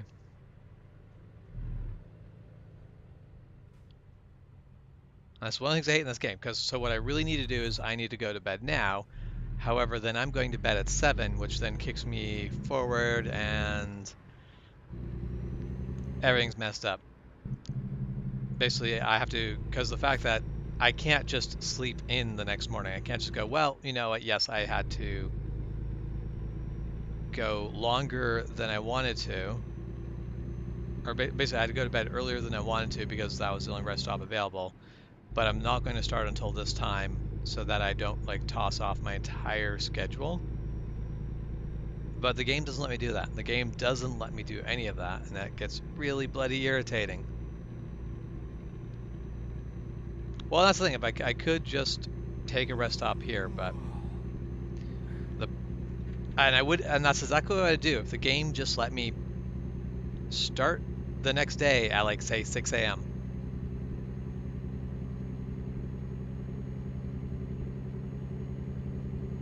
I have no problem with basically going to rest stop early. Going to a rest stop 3 hours early is a bit ridiculous. You're telling me in this 3 hours of this road, there's literally no place to stop and rest? I'm gonna call BS on that.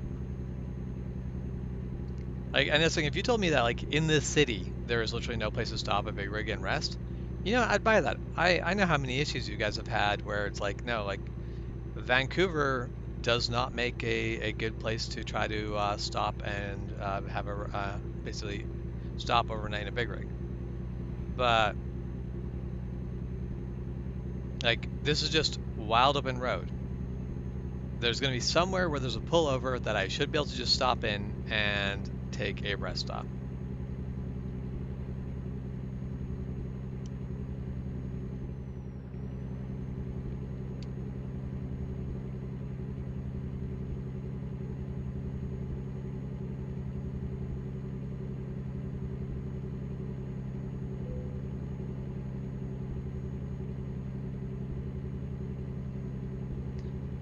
And of course, I'm already getting the tired notifications, even though I've got 45 minutes before I should need the rest stop.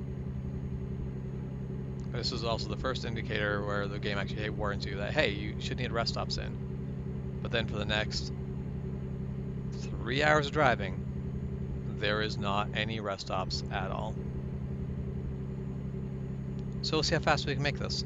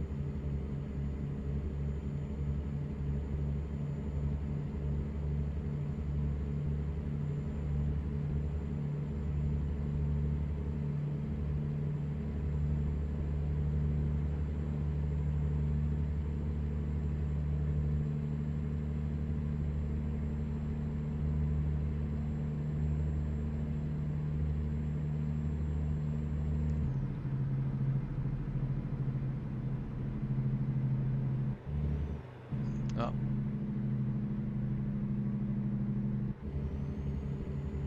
This is fine. Everything's fine. This is a passing lane. Yep, see? Everything was fine. No risks taken.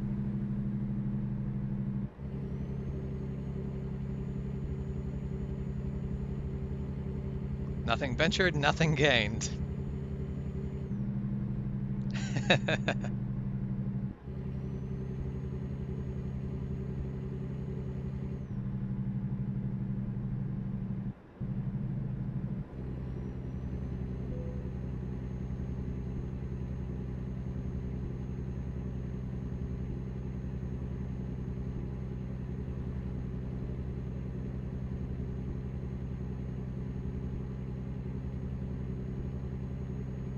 I'm actually surprised I haven't seen any, like most of the time this game even has like pull-offs on the side of the road where it's like, yes, I could totally pull a big rig in there and nap. And in this game I haven't actually seen one of those. Because right now is the time I would like to go to bed. It's getting late enough. It's starting to get dark. Go have a nap. But this game's not going to... I mean, okay, we're getting close. We've made decent time. Next checkpoint time is 50 minutes. Although we are past our, we're over hours at this point.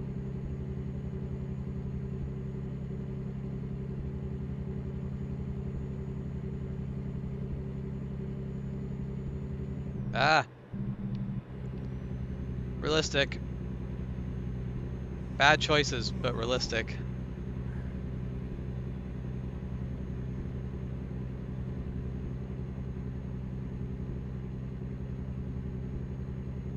So at some point though, the game here is going to start punishing me for being an idiot, and they're going to have me starting to fall asleep at the wheel.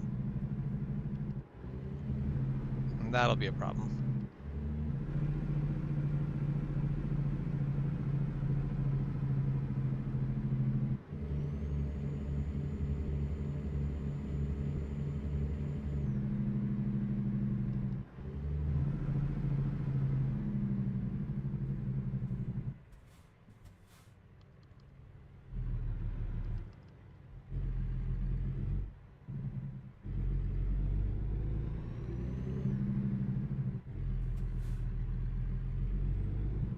Why are you stopped? You started to go and nothing was in the way and you just stopped. Once again, not saying it's unrealistic, it's just annoying.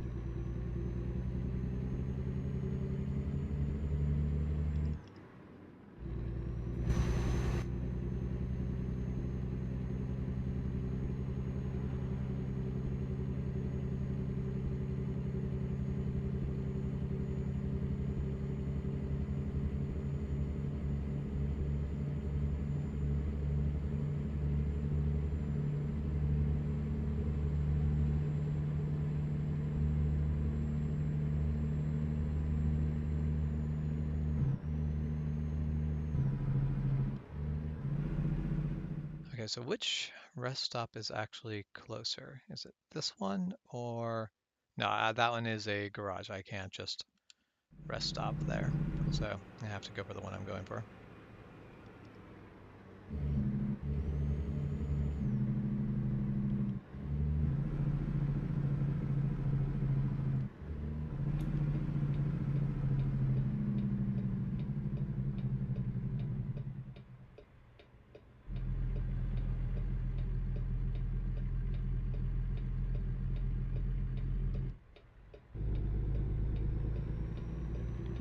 Wait, I've never been, like, I've never discovered Albuquerque before.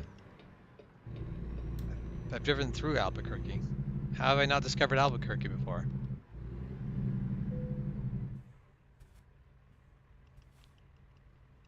I am trying my best, game. I'm trying my best.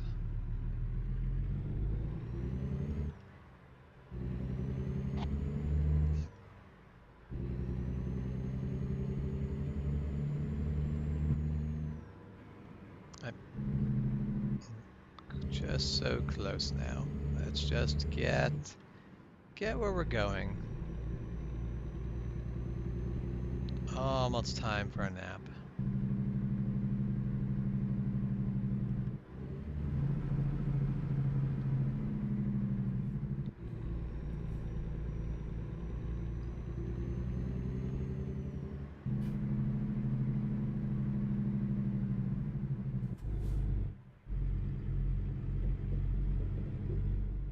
All right.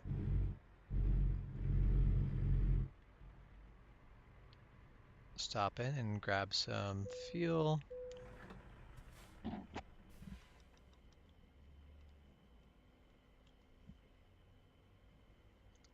was just say, I Shep.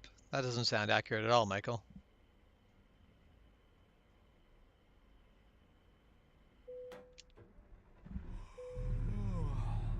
Okay, and then we just make it over to the back there, and it is time for our nap.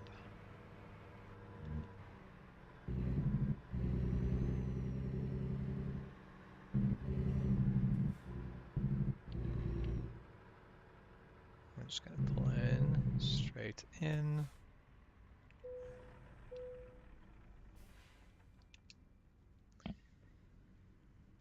And we wake up at 8 o'clock in the morning.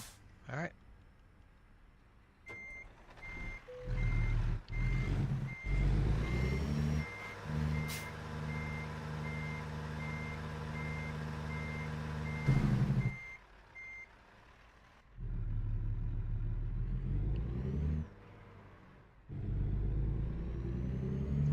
There's apparently a viewpoint here. I don't know what the viewpoint is going to be viewing, because this is viewpoint exists in a truck stop. Albuquerque Junction. Apparently this is a must-see attraction. I don't know why I have to stop in some seedy truck stop to be able to look at it.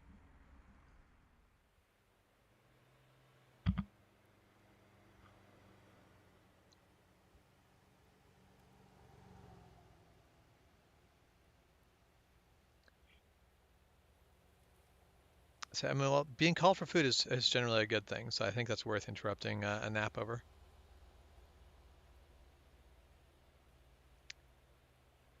It's one thing that always gets me in video games where I'm like, there's no way that you'd ever encounter this with so little traffic. Like, I feel like this game could afford to basically ramp up the amount of traffic they have in things. I understand why they don't. Like, it takes a lot more processing power, but I feel like they could probably find some way to significantly increase the amount of traffic on these roads. Because if this is the amount of traffic Albuquerque had, you wouldn't need this exchange. You wouldn't need to have this giant cluster of a traffic junction. Okay.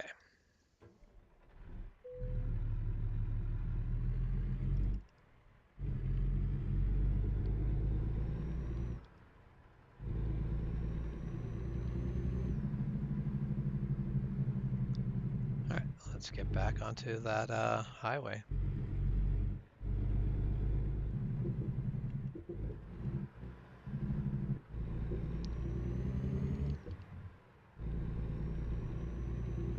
Okay, I'm going to try to make an adjustment to the controls.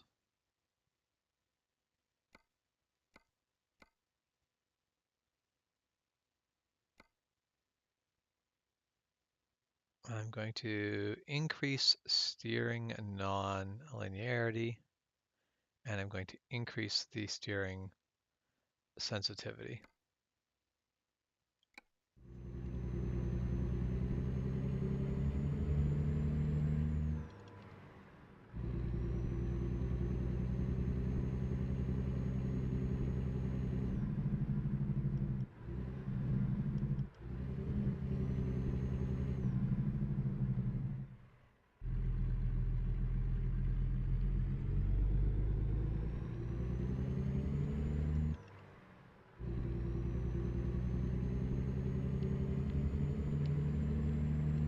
Yeah, okay, so the steering is a little bit more sensitive at low speeds now, but hopefully I don't want it to be more sensitive at high speed.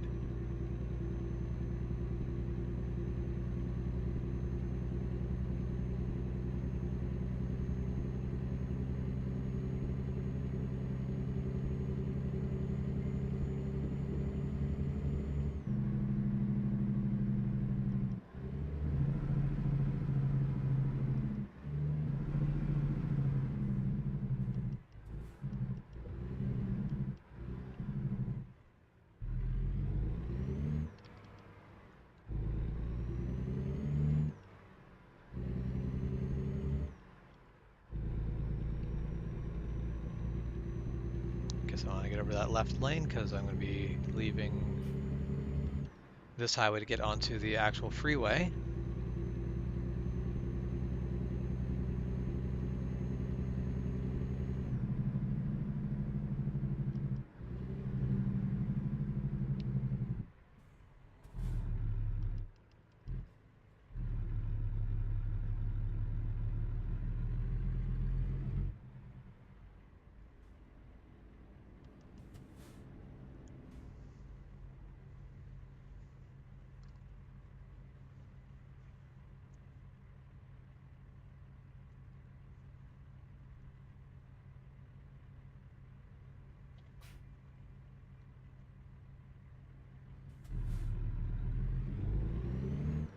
I definitely was thinking I had to turn left here, and it's like, good thing I actually took a look at the map.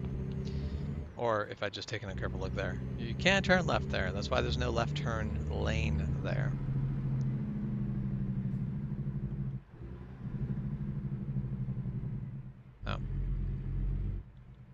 I'm in the intersection. We're going.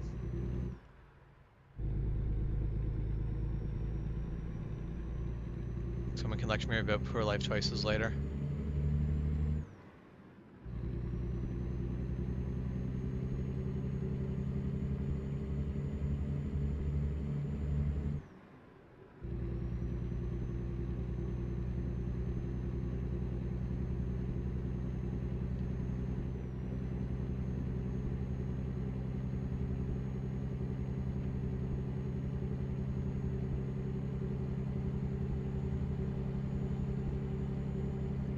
Alright, so it should just be a nice, simple run down on the freeway from here. Sure, something will prove me wrong, but I think the rest of this is actually just very nice and simple.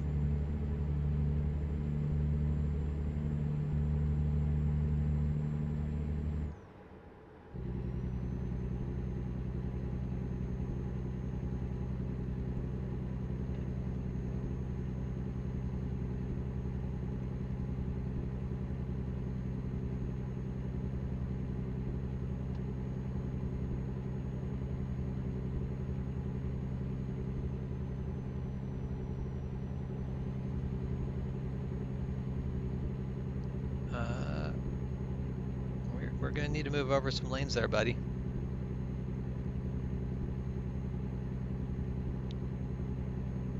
Ah, yep. People making choices. It does get me when it's like the people are only in the left or in the right two lanes. Yeah, the rightmost lane closes. What you should just do is everyone just shift left a lane. But in this game, they struggle with it. They struggle with it hard. They can't quite manage that. They just other traffic moves, they panic. It becomes a whole problem.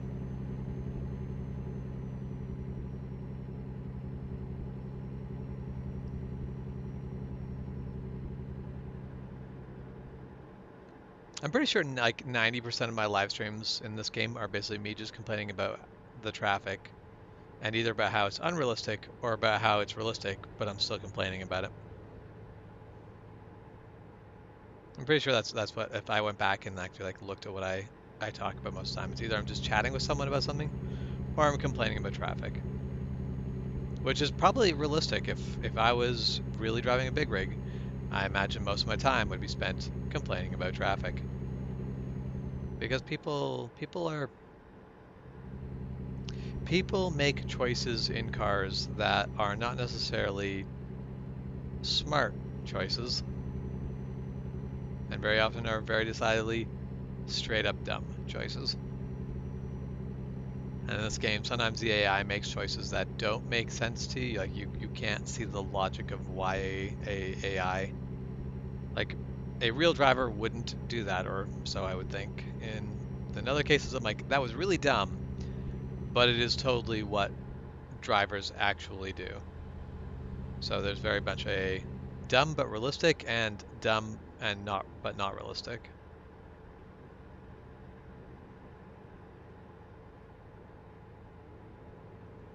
Oh, which while I was sleeping, I didn't pay attention, but enough money was earned to at least pay down part of that. So now I owe less debt. We're back to only owing 450 or yeah, $450,000. I honestly do think this game should just let you take out bigger loans. The fact that it caps you at 500,000 is kind of weird. When you're owning a successful trucking company, they're not gonna have any problem just leasing you out more vehicles. I am sure a lot of trucking companies. Oh, well, shit. All right. Well, the detour is going to be what it is, I guess. Can't go the way I want.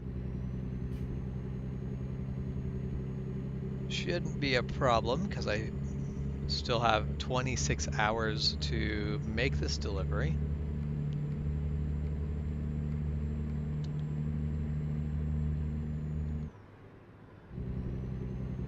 So adding a couple hours to the trip shouldn't be too big of a deal.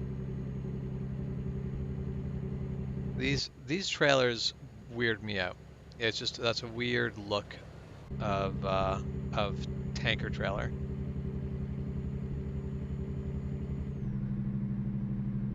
Oh really? You couldn't smell the skunk that was in there yesterday? All right, car. I'm gonna have to change lanes, so we're doing this. All right, Santa Rosa.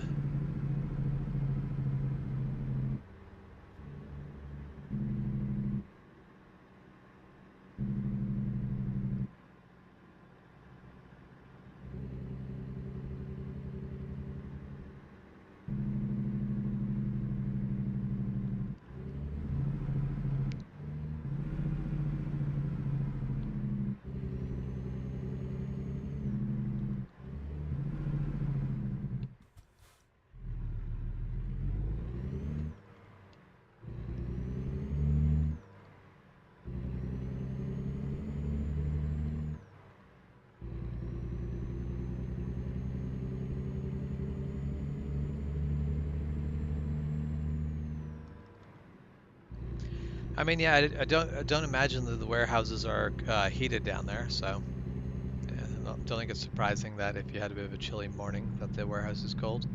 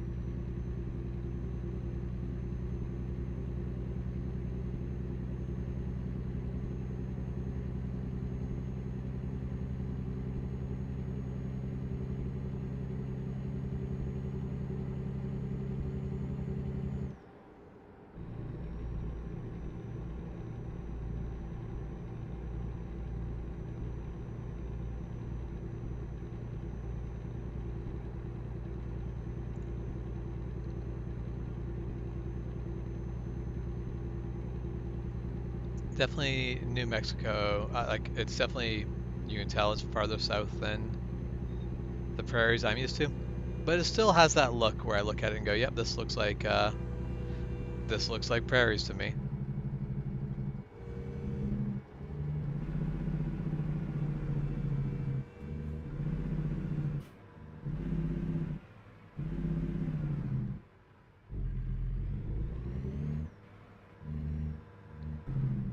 Oh, really? You do have heat at the warehouse? There's a lot of warehouses around here that are not heated, so I'm surprised that your warehouse is heated. It's like the local foundry where they keep all of their casts and all that. It's not heated. There is no reason for it to be heated. Sure, it can get down to -20 in there over winter, but that doesn't matter. That's not really a problem.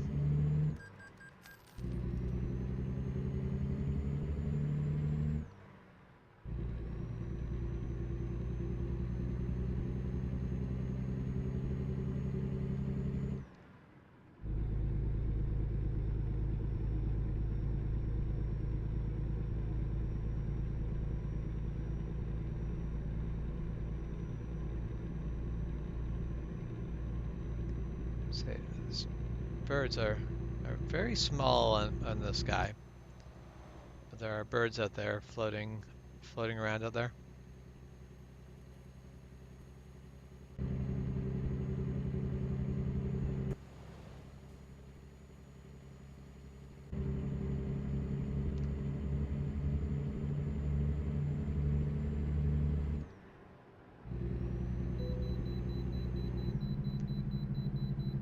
Okay, what weigh scale am I supposed to go in here?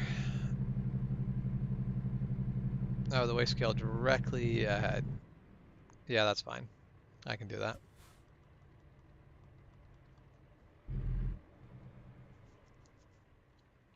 Mind you, getting straight across this highway is a Like, I'm glad there's not realistic amounts of traffic.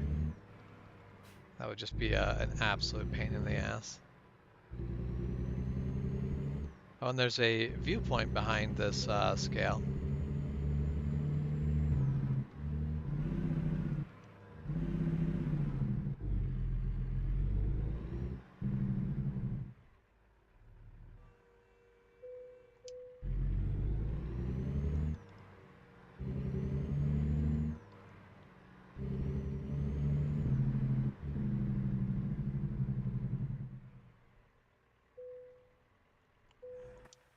All right, what view are we getting? The city of Vaughn.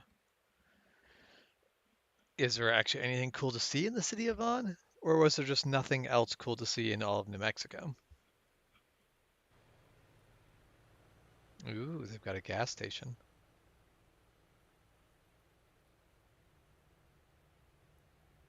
And you got some people just like hanging out near the road. It's kind of weird. Smoker's Corner, maybe? Ooh, they've got a hotel. And it even has Wi-Fi and is clean. Amazing. What is this? Is this another like motel or a train station? Yeah, train station. So they got a train station, a church, hotel, and a gas station. Very interesting things. Yep, and that's it. That's all there is to see in Vaughn. You know, American Truck Simulator, you are not selling me on going to Vaughn, New Mexico.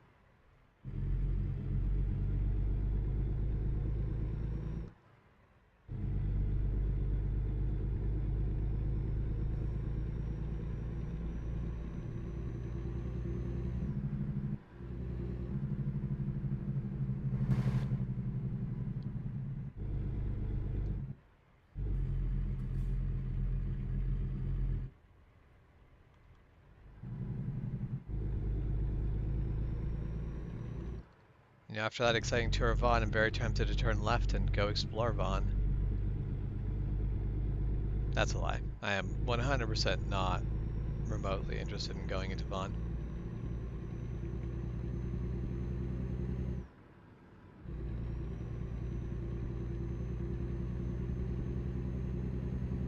And the thing is, it's probably like a perfectly fine town, but just that seems to be like a weird viewpoint.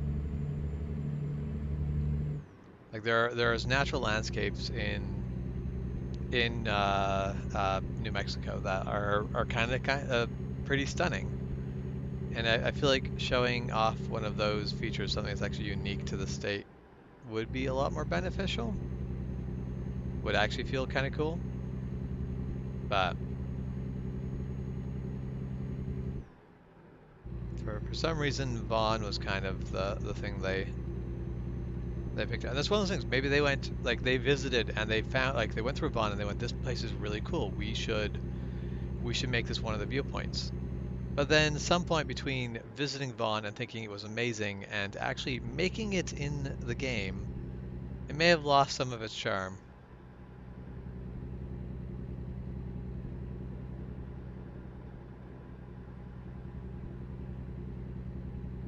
Yeah, that's always a big question of what cities are actually going to make it into the game, because not every city makes it. Uh,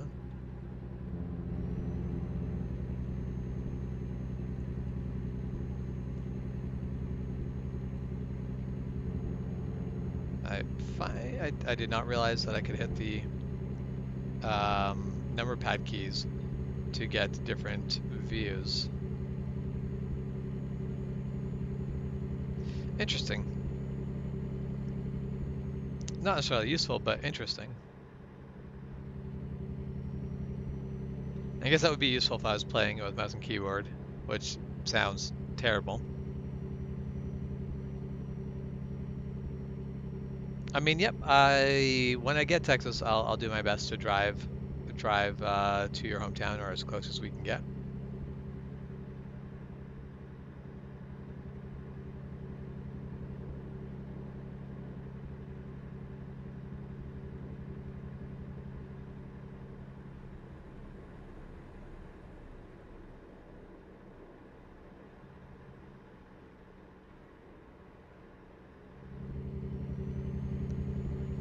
Okay, 1 hour left to go. We are getting close to our destination. 50 miles. And we can probably start speeding a little bit less. There's traffic ahead.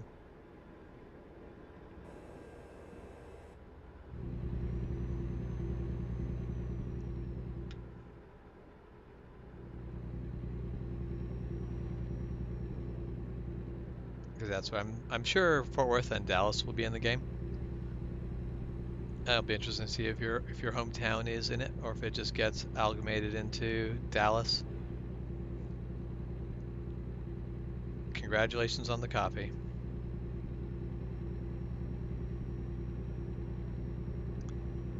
So now, I have a question for you, Jeff. When I let off, if I let off the gas, my engine brake comes on. This is cool, this is normal. This is to be expected. So, yeah, engine brake comes on. Cool. Oh, slamming on the brakes here. Oh, okay.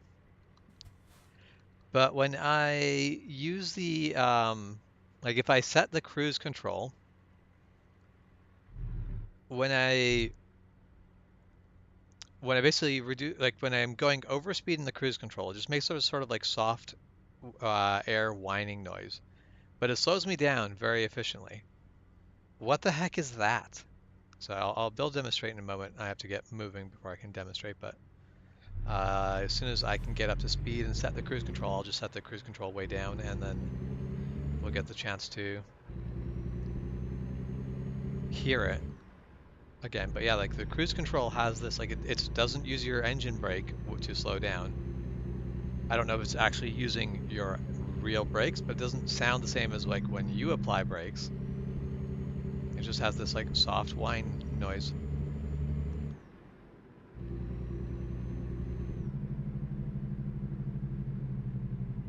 Well, I guess I'll have to wait for us to get through Roswell, Texas, because this is apparently not a thing we're doing quickly. Okay, I don't want to be behind this big rig. I'm gonna be a dick, because this is 100% a dick the thing to do.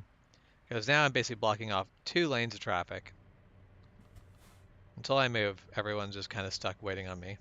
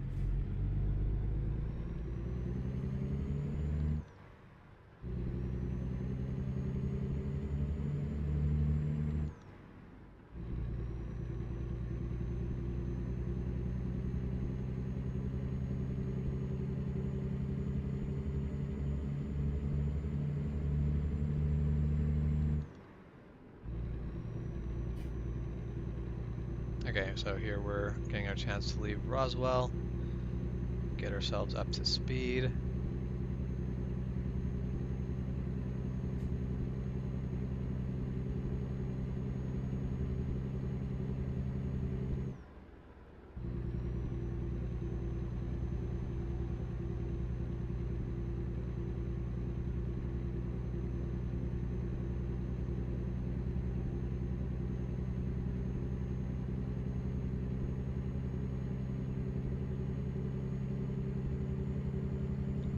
I mean, down in Texas, you definitely get a lot more tornadoes than we do. Possibly on virtue of the fact that, well, we don't really get tornadoes at all. Okay, so here, I am doing 70 miles per hour. And I am going to set that down a whole bunch once we get up this hill. And we'll hear that sort of, that impeller whine. There. And so that basically just keeps slowly scrubbing speed from us.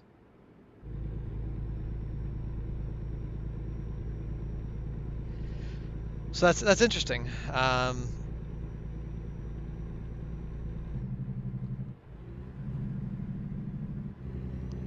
So now, does it only use that when you have cruise control on?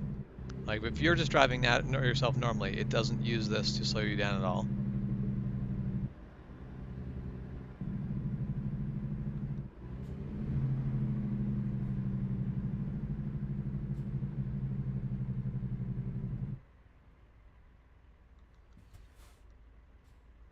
Okay, so I can actually set it so that while I hit the brakes, that comes on as well.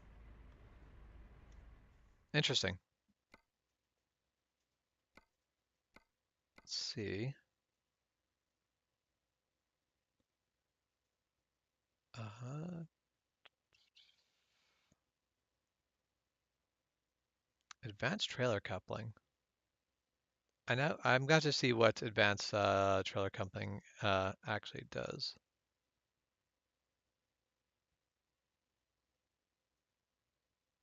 Automatic retarder. Okay, interesting.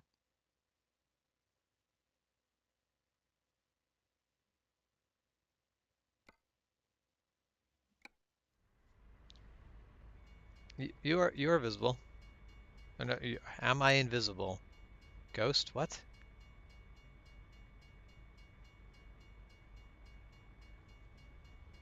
Jeff should not be invisible. Although it might be. I know we've had this bug in the past. So I just realized I'm hearing train. I'm not on the tracks, am I? No, the train's over there. We're good.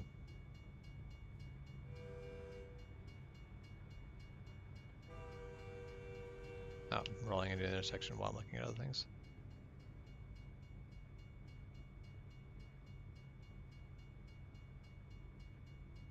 When I look at the live chat on my phone, there, we are good to go. I see all of Jeff's comments.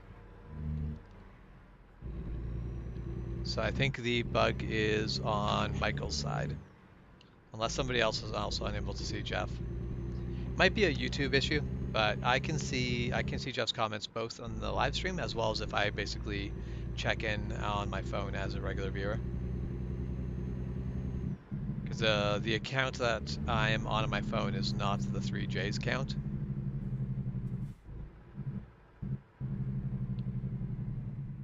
That was a nice full stop. And that is a lie we'll continue to tell ourselves.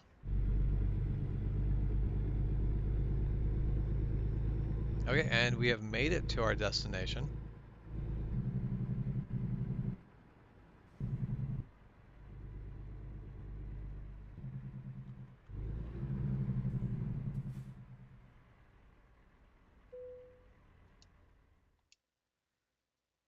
Alright, that seems like that should be a...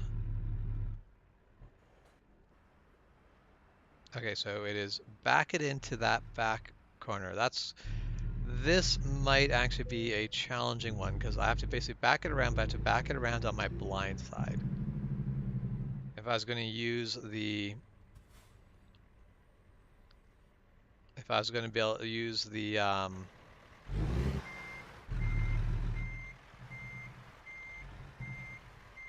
on. I don't think I made... No, I might make this just fine. We'll see.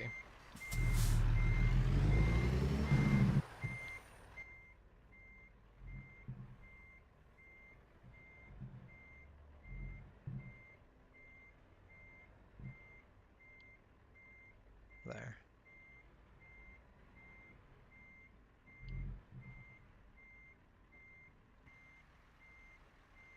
Yeah, so now if I just pull forward... This is definitely going to take me a lot of tries. This is not... Basically, I am doing something I do not have the real life skills for at all. I can back up a trailer. Backing up a trailer around a corner that is tight. That's a different problem.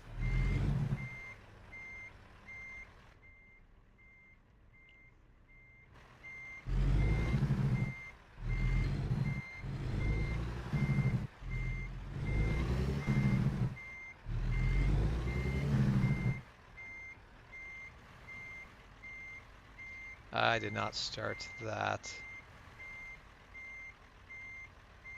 early enough.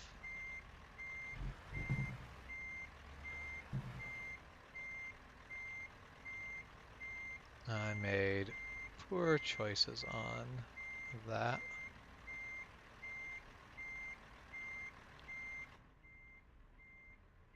As soon as I can clear that. So let's take a stop. Let's look. Okay, you know what? This is not going as terribly as I thought.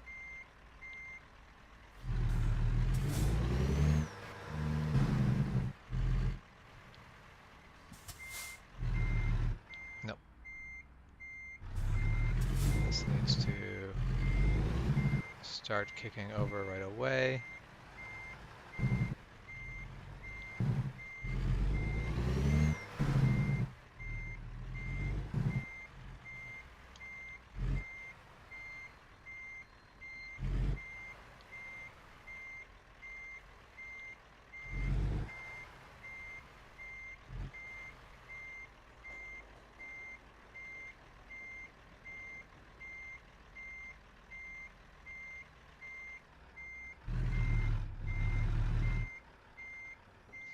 Yeah, that is.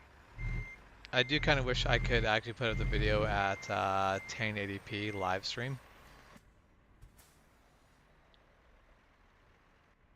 Okay, so I have some issues here, but I'm going to have to back up more so that I can straighten this out before I can fix any of them.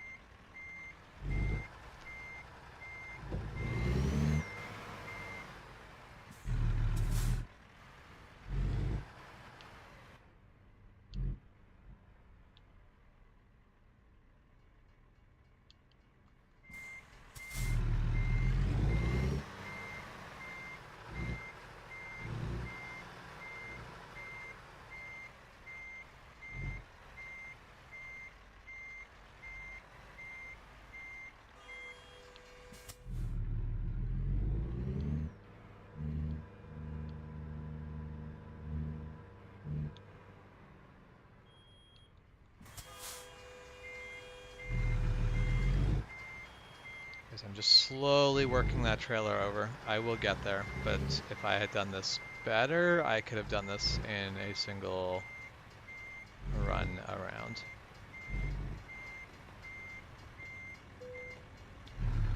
The game says that's good enough. I am going to disagree with that.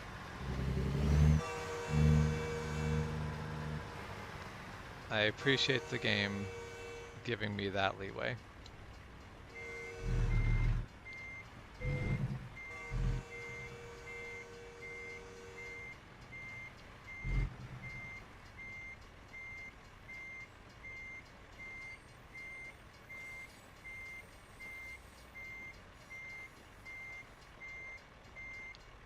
Well, this is one that's not actually complicated, just like so there's the parking spot I needed to make it into. That's not a hard parking spot at all. It's just the thing of there's no way where you can basically pull in and back the trailer in easier than when you first come into the yard, pull straight in, back it all the way from way out there, all the way around those boxes, all the cargo, and then back into here, more else like I did. Just a driver that is more aware of their space they're taking up would be able to do that in a nice smooth run, whereas I don't have those skills.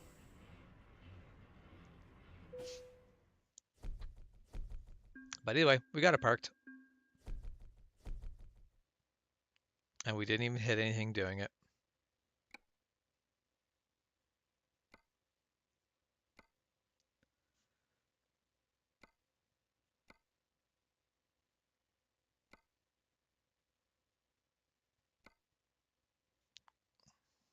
And that is the longest road is actually not that long of a route right now.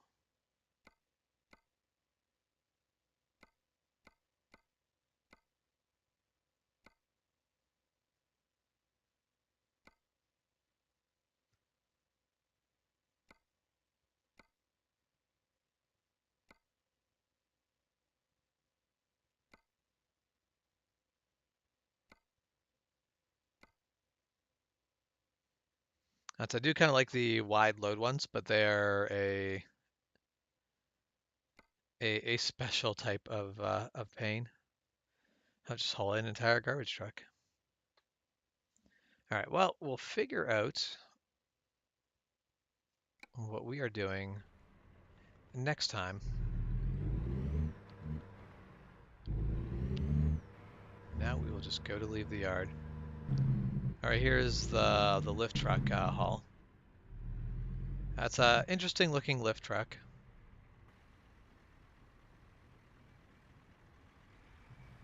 I also have no clue what that is used for.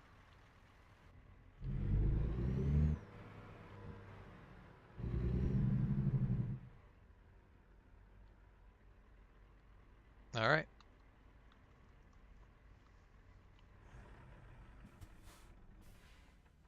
So with that, I think we've made it to the end of the stream.